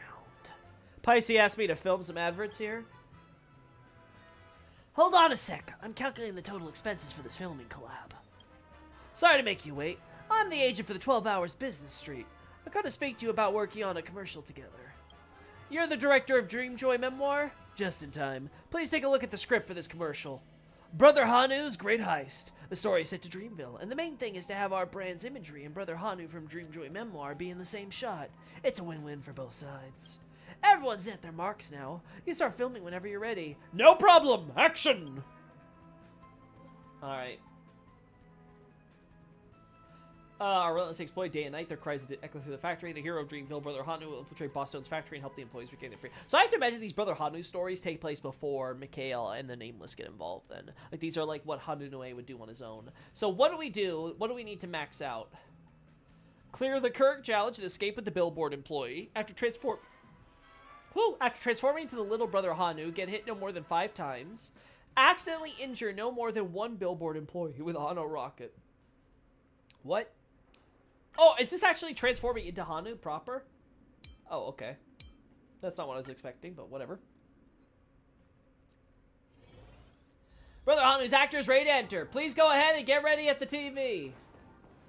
Oh, is this how I... Is this it, chat? Is this how I'm gonna get to the upper level that I wanted to go to?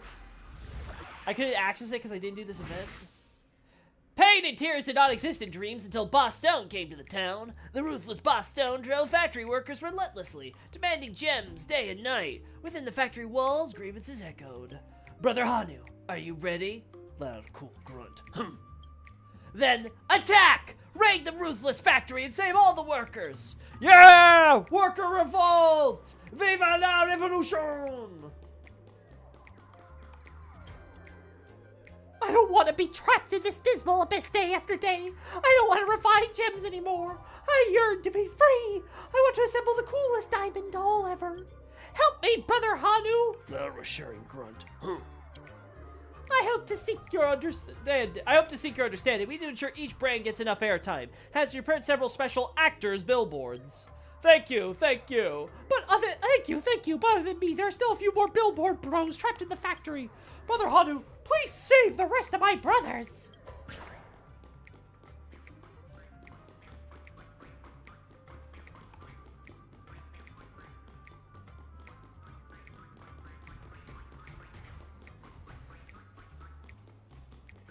Oh no!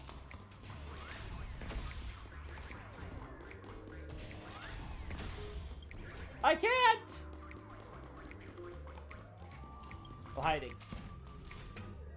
We're just an ordinary billboard, everybody! Haha, I should be doing something more worthwhile. Let's out a cool grunt. Eh? You're Brother Hanu? I knew it! You're taking us to freedom! You need a trusty weapon. Patrullaloo Zappy Gun! Follow this bitter journey and strike down the stars! Bring me along, you won't regret it. Ah, yeah, chat. Seems like Brother Hanu has already found all the billboards on this level. It's time to head to the next domain. Yeah. Look at that, chat. Product placement.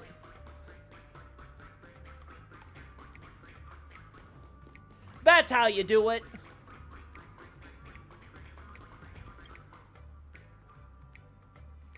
Ruthless guards are patrolling the floors. They won't spare any intruders. Be careful, Brother Hanu. The real danger has just reared its head. your... Wait, what? Wrap up your ride, dress up your style, shop at Experius! Oh, God. What is wrong with these people? The factory is too cramped. It's impossible to use the Utopan Motion Maverick. I long for the roar of the revving engine.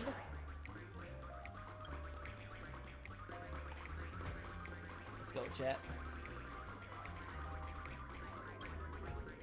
Bring me along, Brother Hanu.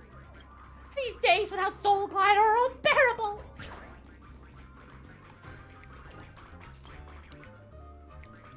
Feeling tired and longing for a break from duty? The guards think so too. Let's take a break and head to commercial.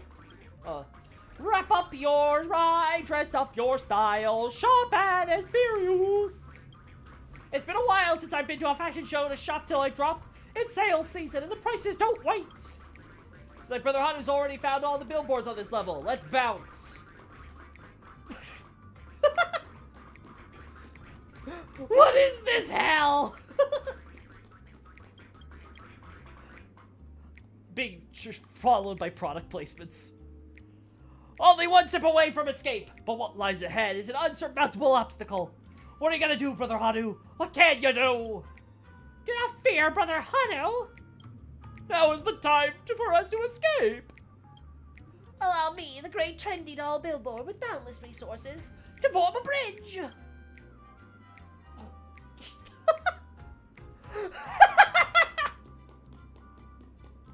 Ah, so heavy. Go quickly, I can't hold it anymore. Hey, I-Man. You came just in time to watch me step all over the product placements. Did the advertisers approve of this in the script? I guess they see it as us supporting the good of freedom. For America! With the help of the billboard, Brother Hanu successfully makes it across the elevator shaft, reaching the final obstacle. So many enemies! Brother Hanu, looks like we have to work together again. Boston's factory has a spare rocket launcher hidden somewhere. We'll cover you. Go retrieve it. Good luck, Brother Hanu. Please defeat the enemies under the cover of the billboards and escape.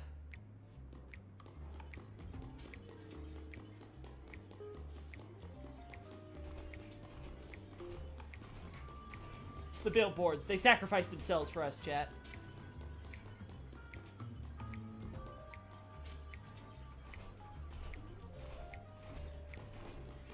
Ah! There we go. Just in time. It's time, chat. Just pull the trigger and you'll start firing at the pursuers. Pew pew! Aim true and avoid friendly fire on the billboards that are covering you. Oh, gotcha. I gotta be actually precise with my aim. The guards have been temporarily repelled by Brother Hanu. We have to leave before the pursuers catch up, but it seems that my adventures will end here. Let my name and words be etched in the annals of Dreamville, the most heroic billboard. Goodbye! Goodbye, Brother Hanu! The bright billboard is left in the darkness, but the Dreamville will forever remember its name. Goodbye, billboard! Ah, no! I messed up! I messed up! No, no, no! The filming is complete, and the effects look good. Thanks for your hard work, director.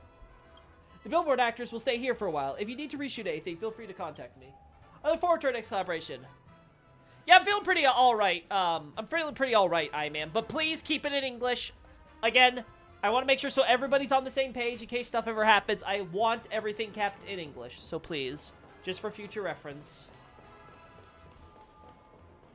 We don't need random Japanese or anything in the chat, please. But again, thank you for asking. I'm feeling great.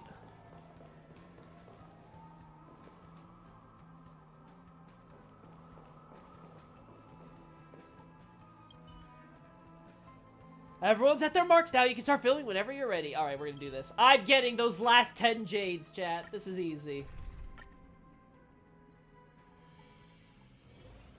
All right, let's do this. I didn't realize the friendly fire was that easy. Okay. Let's do this.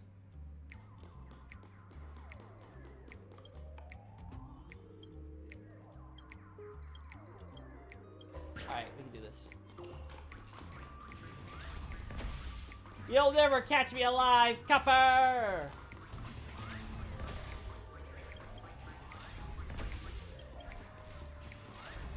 Oh, come on.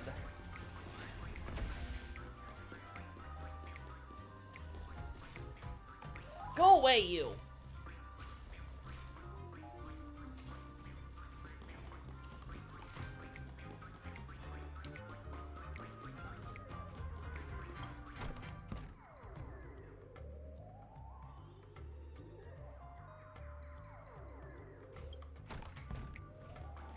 Alright, get the other one. Alright, we're done here.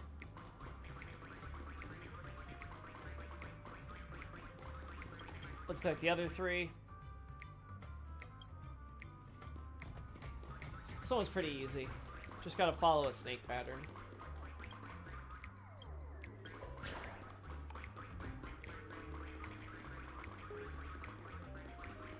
Ah, shit. Damn.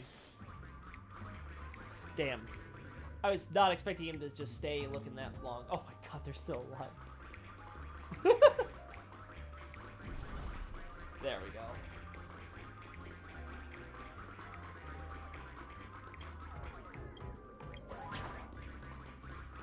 Dude. There we go. Alright, we got him. Last one. We found all the billboards.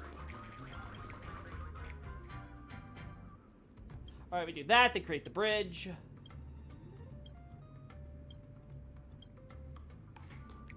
Easy enough.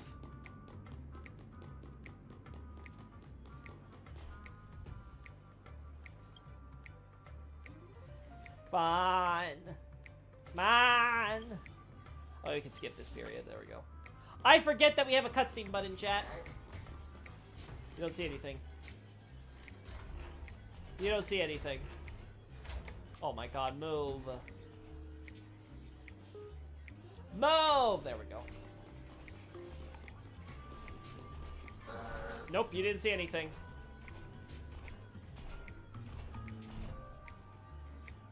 This is a lot harder than my first try. I can't believe I messed this up.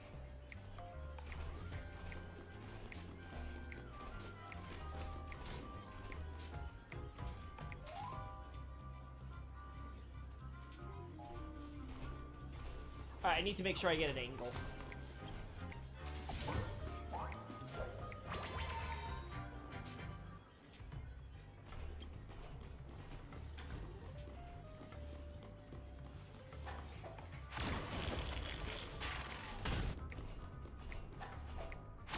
There we go.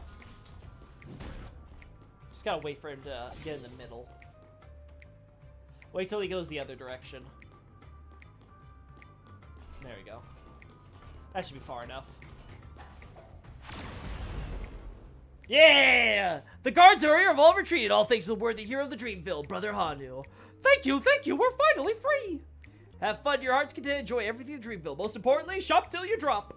Trendy toys, scrumptious food, flying spheroids, all right here on the business street. That's right, anything your heart may desire, it's all on Petticody.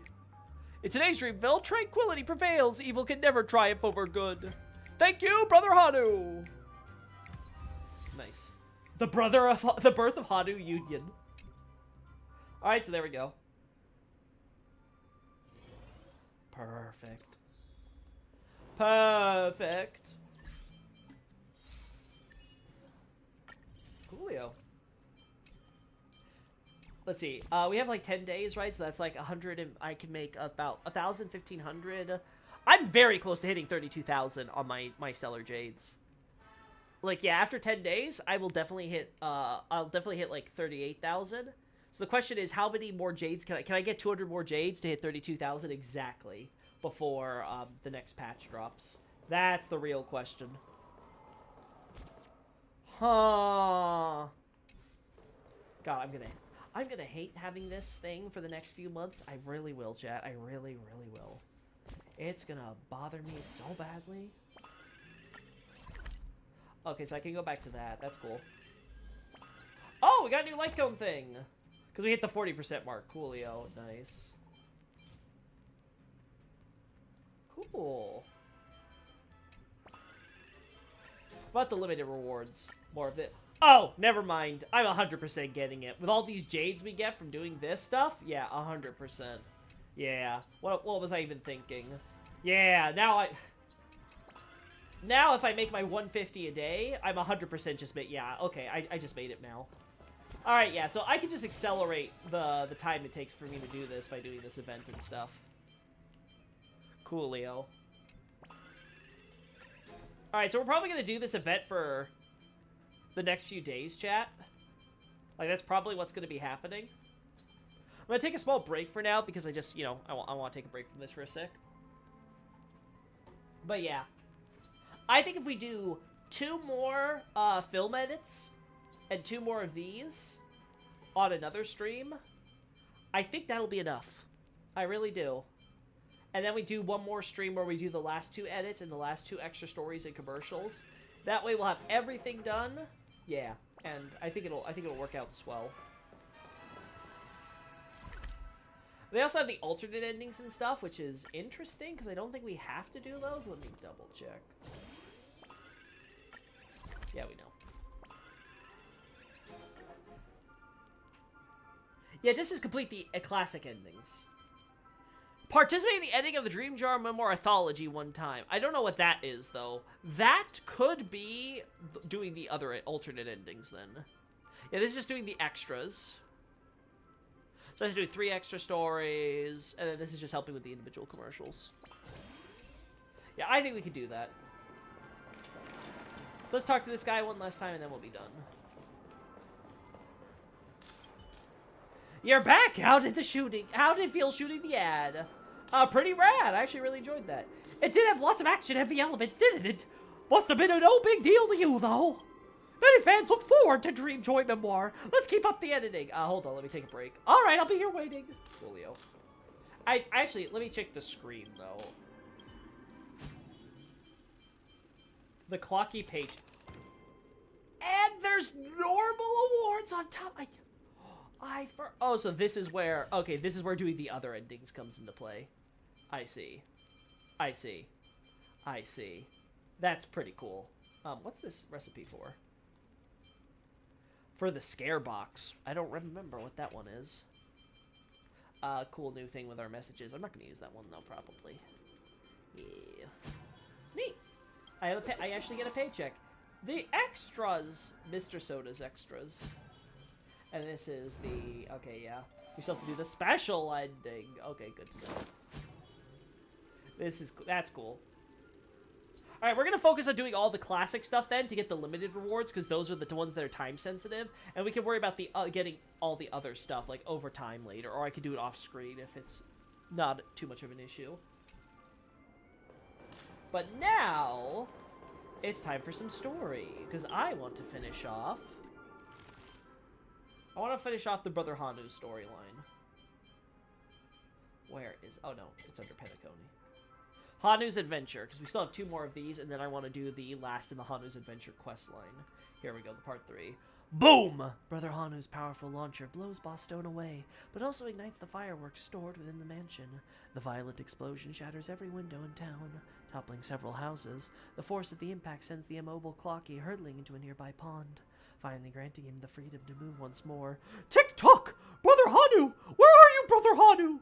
Back then, while Clocky was firmly attached to the town square, he still witnessed everything that happened within the town. He saw how Mini Hanu infiltrated Boss Stone's fortress and witnessed that violent explosion. Not even stopping to pour out the water in his dial, Clocky sprints toward the origin of the explosion. Amidst the scattered debris, Clocky discovers nothing more than a small hat. Hanunoe! But why? If you don't wake up now, Penacony will... Pull yourself together, Watchmaker. Someone must maintain control of the situation. If a wolf pack suddenly loses its leader, chaos is bound to ensue. The townsfolk cautiously emerge from their hiding places, their curiosity piqued by the abrupt silence that has befallen the streets. All the crocodiles that once roamed the town have vanished, leaving only Clocky amidst the ruins, shedding inconsolable tears. Clocky! Clocky! Did you kick Boss Stone's tush? Clocky! Where's Brother Hanu gone? Clocky understands that the townsfolk seek reassurance now that they have just become free of Boss Stone's terror.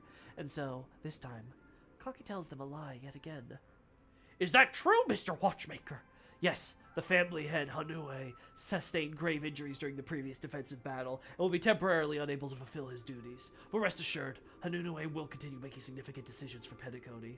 Tick-tock! Don't worry! Brother Hanu has just kicked Boss Stone's derriere and is now resting. Won't be long before you see his cool figure in the town once more. Reassured by Clocky's words, everyone casts aside their fears and revels in the grand victory, knowing that they finally kicked out Boss Stone.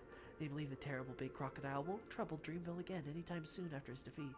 They throw a grand celebration in honor of Brother Hanu, even though he himself is absent. Everyone enjoys a cheerful time, except for Clocky. That night, Clocky's mind is burdened with thoughts that keep him awake until the early hours. In his dreams, Clocky finds himself standing in a vast desert, with Brother Hanu positioned at the far end, gazing up at the sky. Tick-tock! Where have you been, Brother Hanu? Come back to us, Brother Hanu! Dreamville simply can't exist without you!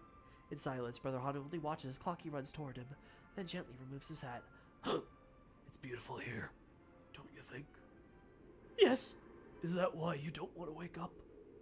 No. The reason I don't want to wake up is because all of you are sleeping so deeply. Then come here and rest, Watchmaker. If you lack the courage to face the nightmares, then seek refuge in sweet dreams for now. But remember, as long as this is a dream, you'll have to wake up from it sooner or later. He emits a cool humph. Then Clocky awakens, his clock face adorned with a tear stain. Chapter 2. Since Brother Hanu disappeared, Boss Stone has never returned to plague the town. However, he has dishonorably blocked Dreamville's shipping routes. The stones can't be sold to outsiders, and vital resources cannot be shipped in. Clocky, we're starving! Clocky, get Brother Hanu to do something! But what can Clocky do if Brother Hanu doesn't come back? The situation in Dreamville grows more serious each day, and the townsfolk are all urging Clocky to take action. However, no matter how his clock can spin round and round, he cannot find a better solution. Soon, shopkeeper Leaf in town comes up with a terrible idea. He writes a letter to Boss Stone. I thought it was like a female character, honestly. He writes a letter to Boss Stone. Why to tell Stone about Brother Hanu's disappearance? Working to dig stones is better than starving to death. I see. However, shopkeeper Leaf's secret is discovered by Leafy, whom he had raised with his own hands. Leafy wastes no time in alerting Clocky and the others. Shopkeeper Leaf is apprehended, and the furious townfolks interrogate this traitor, eagerly discussing his punishment. Esteemed heads of the families, this time we need to discuss how to deal with Lakika from the Alfalfa family. Ah, so shopkeeper Leaf is the alfalfa. That makes sense, because isn't alfalfa a type of plant? And, like, again, they handle all the economics and stuff with the shop, so yeah, alfalfa. Yeah, it's a perennial flowering plant. Okay. Good to know, so. Perfect. That makes so much sense. Okay, so we have uncovered the truth about the White Desert incident from before. He must take responsibility for the fall of the Black Plum family and countless fruits. The Black Plum family, huh? I'm trying to think. Maybe that was one of the past chapters. Perhaps he's also the one who summoned the IPC's fleet here last time. Nevertheless, Lakika's contributions to Petticone cannot be ignored. Therefore, I propose we imprison him, kill him. But if Hanunue were here, that's what he would do. Everyone said that if Brother Hanu were here, he would undoubtedly deliver severe punishments to shopkeeper Leaf. Clocky originally wishes to spare his former friend, but he cannot go against all the enraged townsfolk. With a heavy heart, he plucks off all the leaves from shopkeeper Leaf. Leafy takes charge of his father's shop, distributing the delicious leaves to alleviate the hunger of the townsfolk. However, the leaves are quickly consumed, and the crisis in Dreamville persists. Clocky summons a few companions from the compass, hoping their collective wisdom will devise a solution. Fear not, with the guidance of Grandpa Glocks and the knowledge of remembrance, we shall unravel the secrets of the dreamscape. Oh no, that's Rosalina. Mirror Princess led her origami birds into the wilderness to build the land, only to be shattered by pieces by monsters. Only should be shattered to pieces, right? Don't worry so much. Family head Kelbeck and his lamp moths understand Trailblaze more than you do. Just for her to add some new routes to her charts. Captain Revolver embarked on an adventure in a dark cave with the little butterflies, only to disappear into its abyssal depths. Oh, the butterflies are the swarm. Yeah. And this was her going into, the wilderness was going into the depths of the dreamscape, huh? In the end, Clocky finds himself alone at the center of Dreamville. Tears stream down his face once more. I'm just a crybaby, he laments. If only I could be Brother Hanu. He tries to imitate Brother Hanu's hum, but it doesn't sound cool at all. Tick-tock! No, no. If I were Brother Hanu, I wouldn't cry. But you're not him. You can't be like him. No, I'm not. I must surpass him. From that night forward, Clocky delves into Professor Owl's scrolls, determined to uncover the secrets of the desert.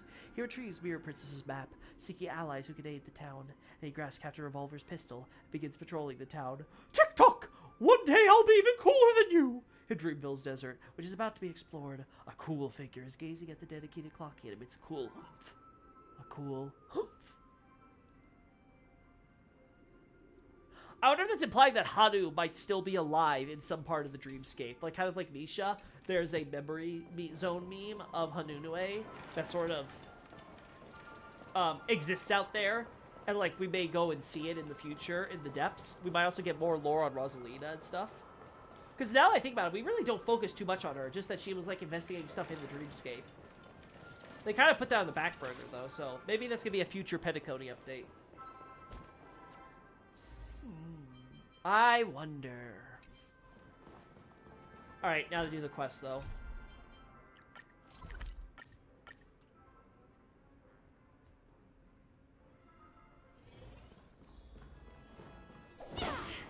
Alright, I got all the stories. I can get in here now. Woo! Ha ha ha ha! Brother Hanu, you're small and lonely now. Soon the whole town will be under my control.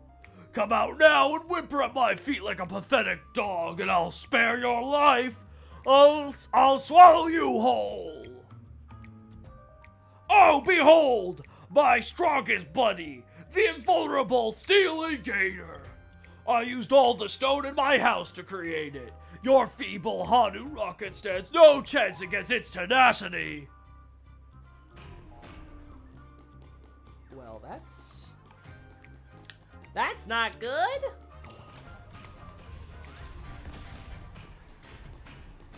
There's a big, scary dino chef. No, seriously, what the hell am I supposed to do?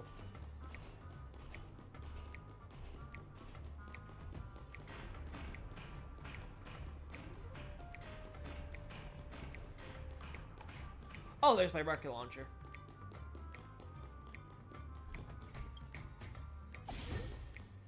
Oh, seems like you got your hands on the rocket launcher. But it's useless this time. The Steely Gator is invincible. Haha, other than the fireworks rated by Professor Owl, nothing can so much as scratch it.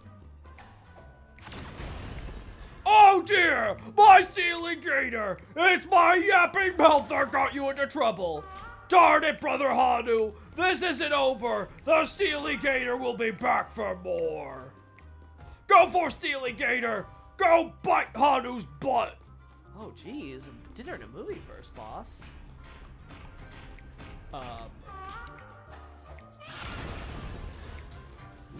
Steely Gator! Are you alright? Don't fall yet! Think of our friendship, our history, and your wages!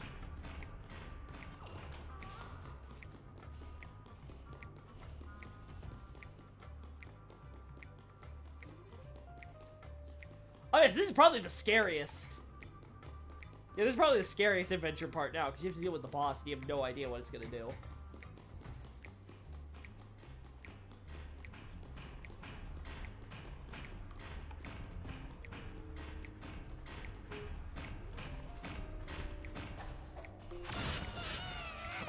My Steely Gator!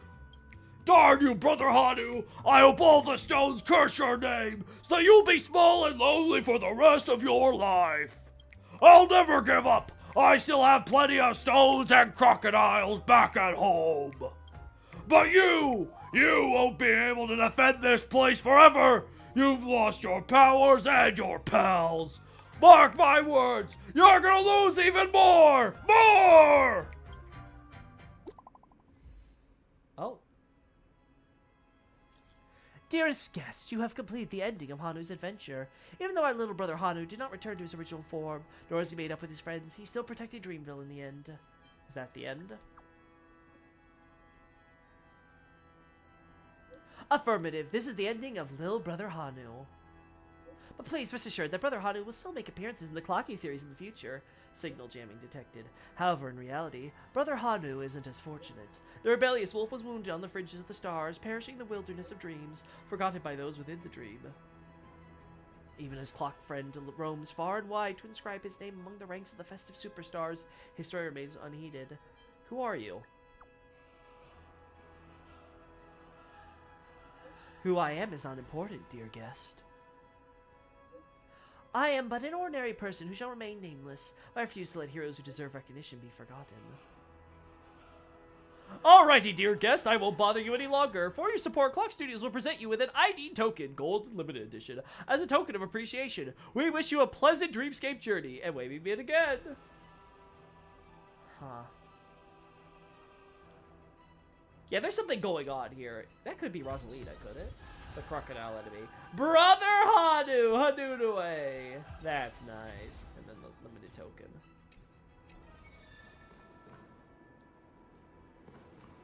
There we go.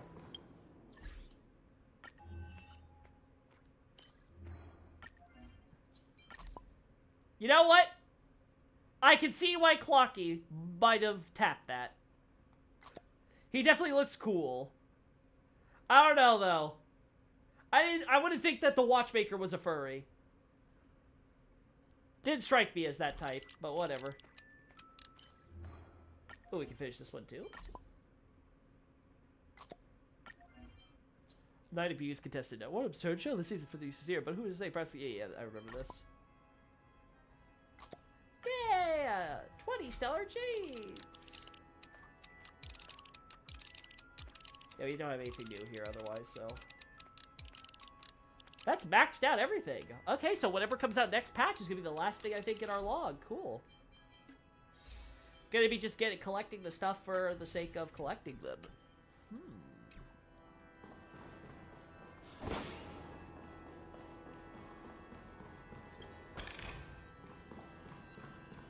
Nice.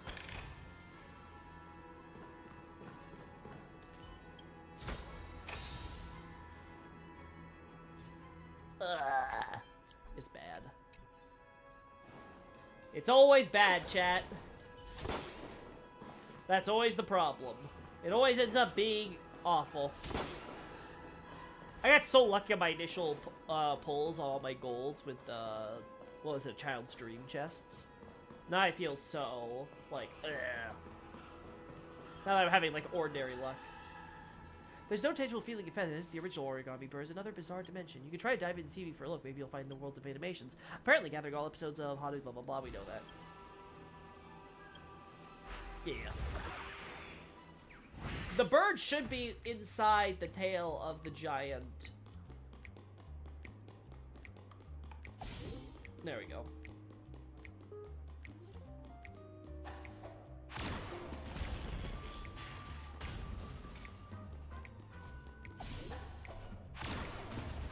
There we go.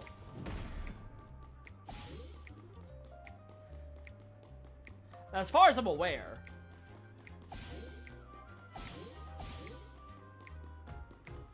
I know I saw that bird in the tail of the giant gator, so.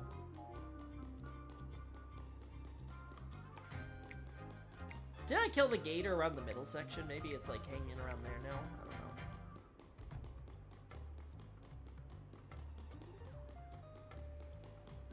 don't know. Oh. Was it here this whole time?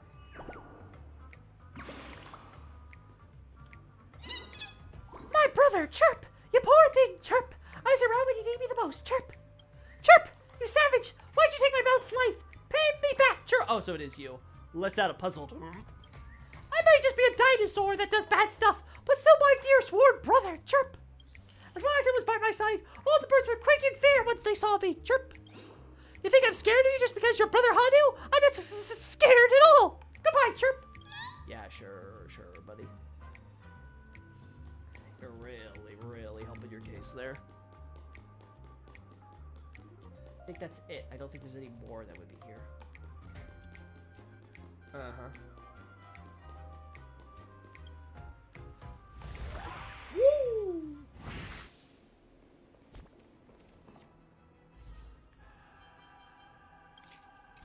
hate this so much. I hate that so much, chat. It annoys me. It mocks me with its existence. Oh, got more of that. That's cool. Oh, we're so close to 290, chat. I think we'll be able to hit it if we keep going with the event. That is awesome. I also think, yeah, we have more Clocky statue stuff. Any other quests I want to do quickly before we head out? The Dr. Blue quest. That is something.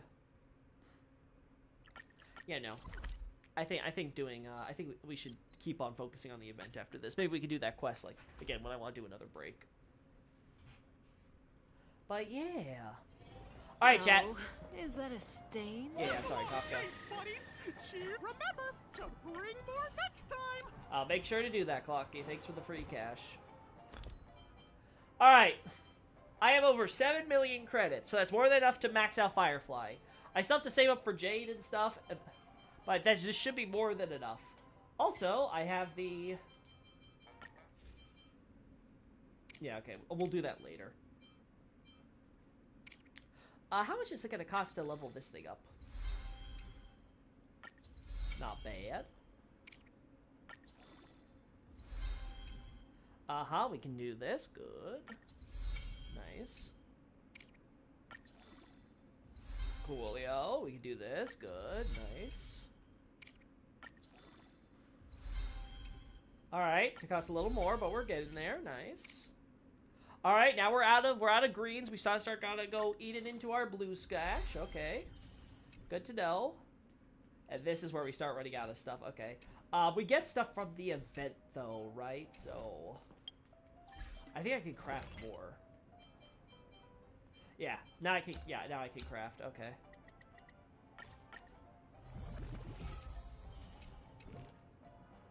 No, it's not the warp, damn. Alright, how far can we go with this? Where is it?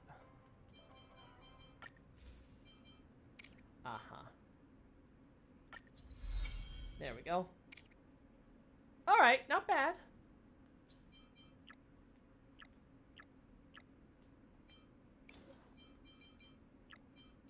There we go. Alright, 88k to get this far. But we can almost, I say, max this out. That's cool. How does it compare to this? Has more attack stat. I'm gonna put that on Tingyun. With the superpositions, it'll be even better, too, for her. But, yeah. I don't know if the ultimate version will give her, like, a lot of value, but I think it's a pretty decent light code to put on my Tingyun if I don't want to use the support stuff. Alright, she's pinned up here. Yeah, there she is. Like, I'm trying to figure out where she is now. Yeah, there we go. How does it compare to the other stats? Yeah, defense is a bit higher, but that's not the craziest thing. Everything else is about good. And yeah, her attack stat's now at 2,700. That's pretty good. She's pretty much at the highest stat she can get. So the biggest problem is that she's squishy. She's a squishy one. So, yikes. Oh, looks like I was not seeing, chat. Looks like, chat wasn't scrolling. So sorry, guys. I wasn't seeing anything new coming from you guys. I don't know what was going on there. Sorry there, because I wasn't there to see you say bye, but it's fine. We're going to be ending up now, too. And don't worry, man. It's okay. I just wanted to make sure you knew the rules. Again, it wasn't like you did anything egregious, so it's fine. Again, sorry I didn't respond sooner. I did not see for some reason, my OBS just stopped showing the chat. Thank God I double-checked the YouTube thing just now, just to make sure. But yeah, that's weird. I don't know what happened there. I hope it wasn't that. Maybe that's another reason not to do Japanese text. It causes the OBS script to break, maybe. I don't know. Anyway, I am very much satisfied with today's progress. This was a good stream, I think. When it's actually working and stuff. Loki just hates reading his stream chat. No! It's not that I hate reading my stream chat. I had to refresh it in order to make it work, okay? I apologize. Alright? It's not my fault, I swear. Anyway, my voice is feeling a little shot, so I'm gonna have to rest it because I have other stuff I gotta do with involving talking later today, so I'm gonna rest it here. We might pick this up and continue this tomorrow. If not, we will start on it Monday for sure. And like I said, we're gonna do at least the next third of this quest, get the next bit of rewards and stuff, the limited time thing, and then we'll do the last third, you know, later. So, like, we'll at least get to the 3 extras, so we'll do 2 more, and then we can do the last 3 or whatever, and we'll at least do 2 more of these, and we'll get the 1 more commercial done, hopefully, and then we can all be done there. Mesmer's doing this. He's mesmerizing my phone. Well, you know what? Whether it's Mesmer or whatever, right? Like, don't worry. Things are fine. It's cool. We're chill. Nothing's, like, irreparably broken, right? So that's cool. Yeah, I'm actually curious how much more attack bonus I can get and stuff. Because Tingyun is capped by her attack stats. So having more attack stack on stuff is just nice to have. My only question now is, like, okay, what teams do I want my Tingyun on still? I still think she's good for a Clara team. I think that's still the play there because, you know, help Clara cycle through her ultimate enough. But I need to build my Clara's crit rate because it is absolutely abysmal. Like, this crit damage ratio is a joke. Look at that. I need to get that. I need to get her crit rate and her crit damage, like, off the charts. She doesn't need a lot of speed, so she can lose 4 speed. Another problem is figuring out a good set for her, because I don't know if the new sets that they announced on the live stream are going to be, like, her best in slot or not. Maybe a 2-piece will be really good for her, but, like, I don't know. We'll see. We shall see. As is, I don't know. I would assume that the 2-piece follow-up is still going to be really good for her. And then I could get 2-piece of the new set, maybe, and that'll work. Like, again, we'll have to see. Whatever gives her crit rate is ultimately my goal. I need her to have more crit rate and stuff. So, like, she needs to rely on Salsodos for sure, 100%. She just needs that. She needs better substats, though. Defense and effect resistance, it's okay, but it could be better. And I don't think I have better stats right now for this. Yeah. I have this attack sphere, but that's gonna go to Shui probably, because she probably needs those types of stats more, if I'm being honest. Honestly, what she really needs is a, honestly, Shui should be going on break effect at this point.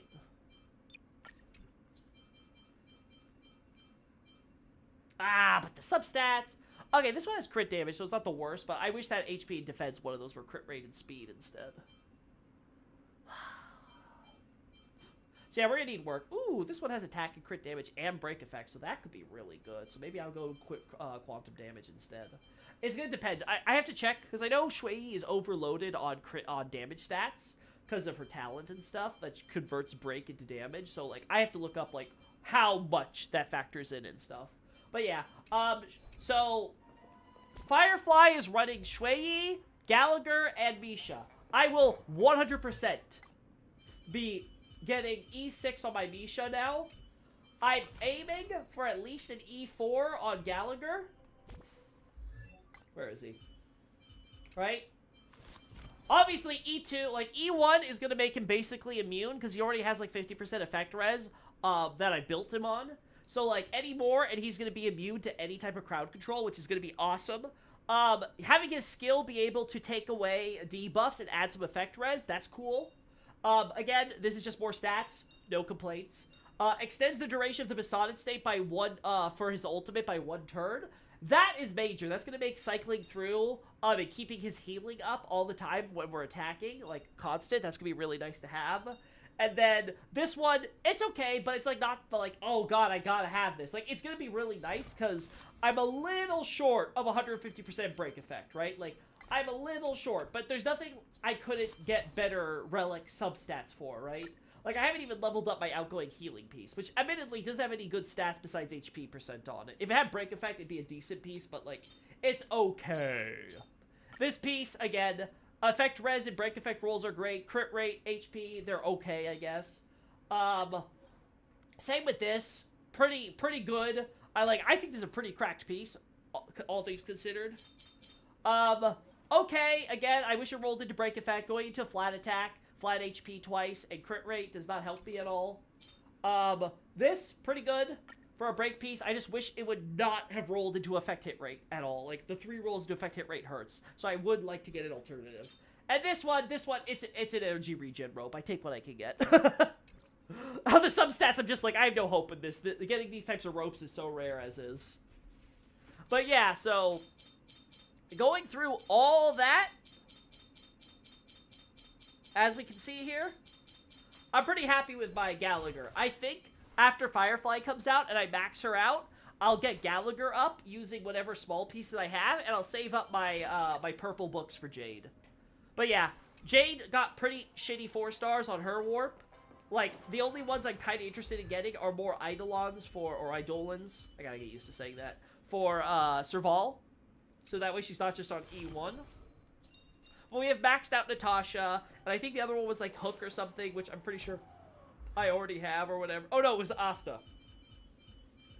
Again, I already have E6 Asta, so, I mean, at the very least, it means when I roll on Jade, I'm gonna get lots of refunds, probably, on some of my pulls. So, that's cool, I guess, but, like, we'll see, we'll see.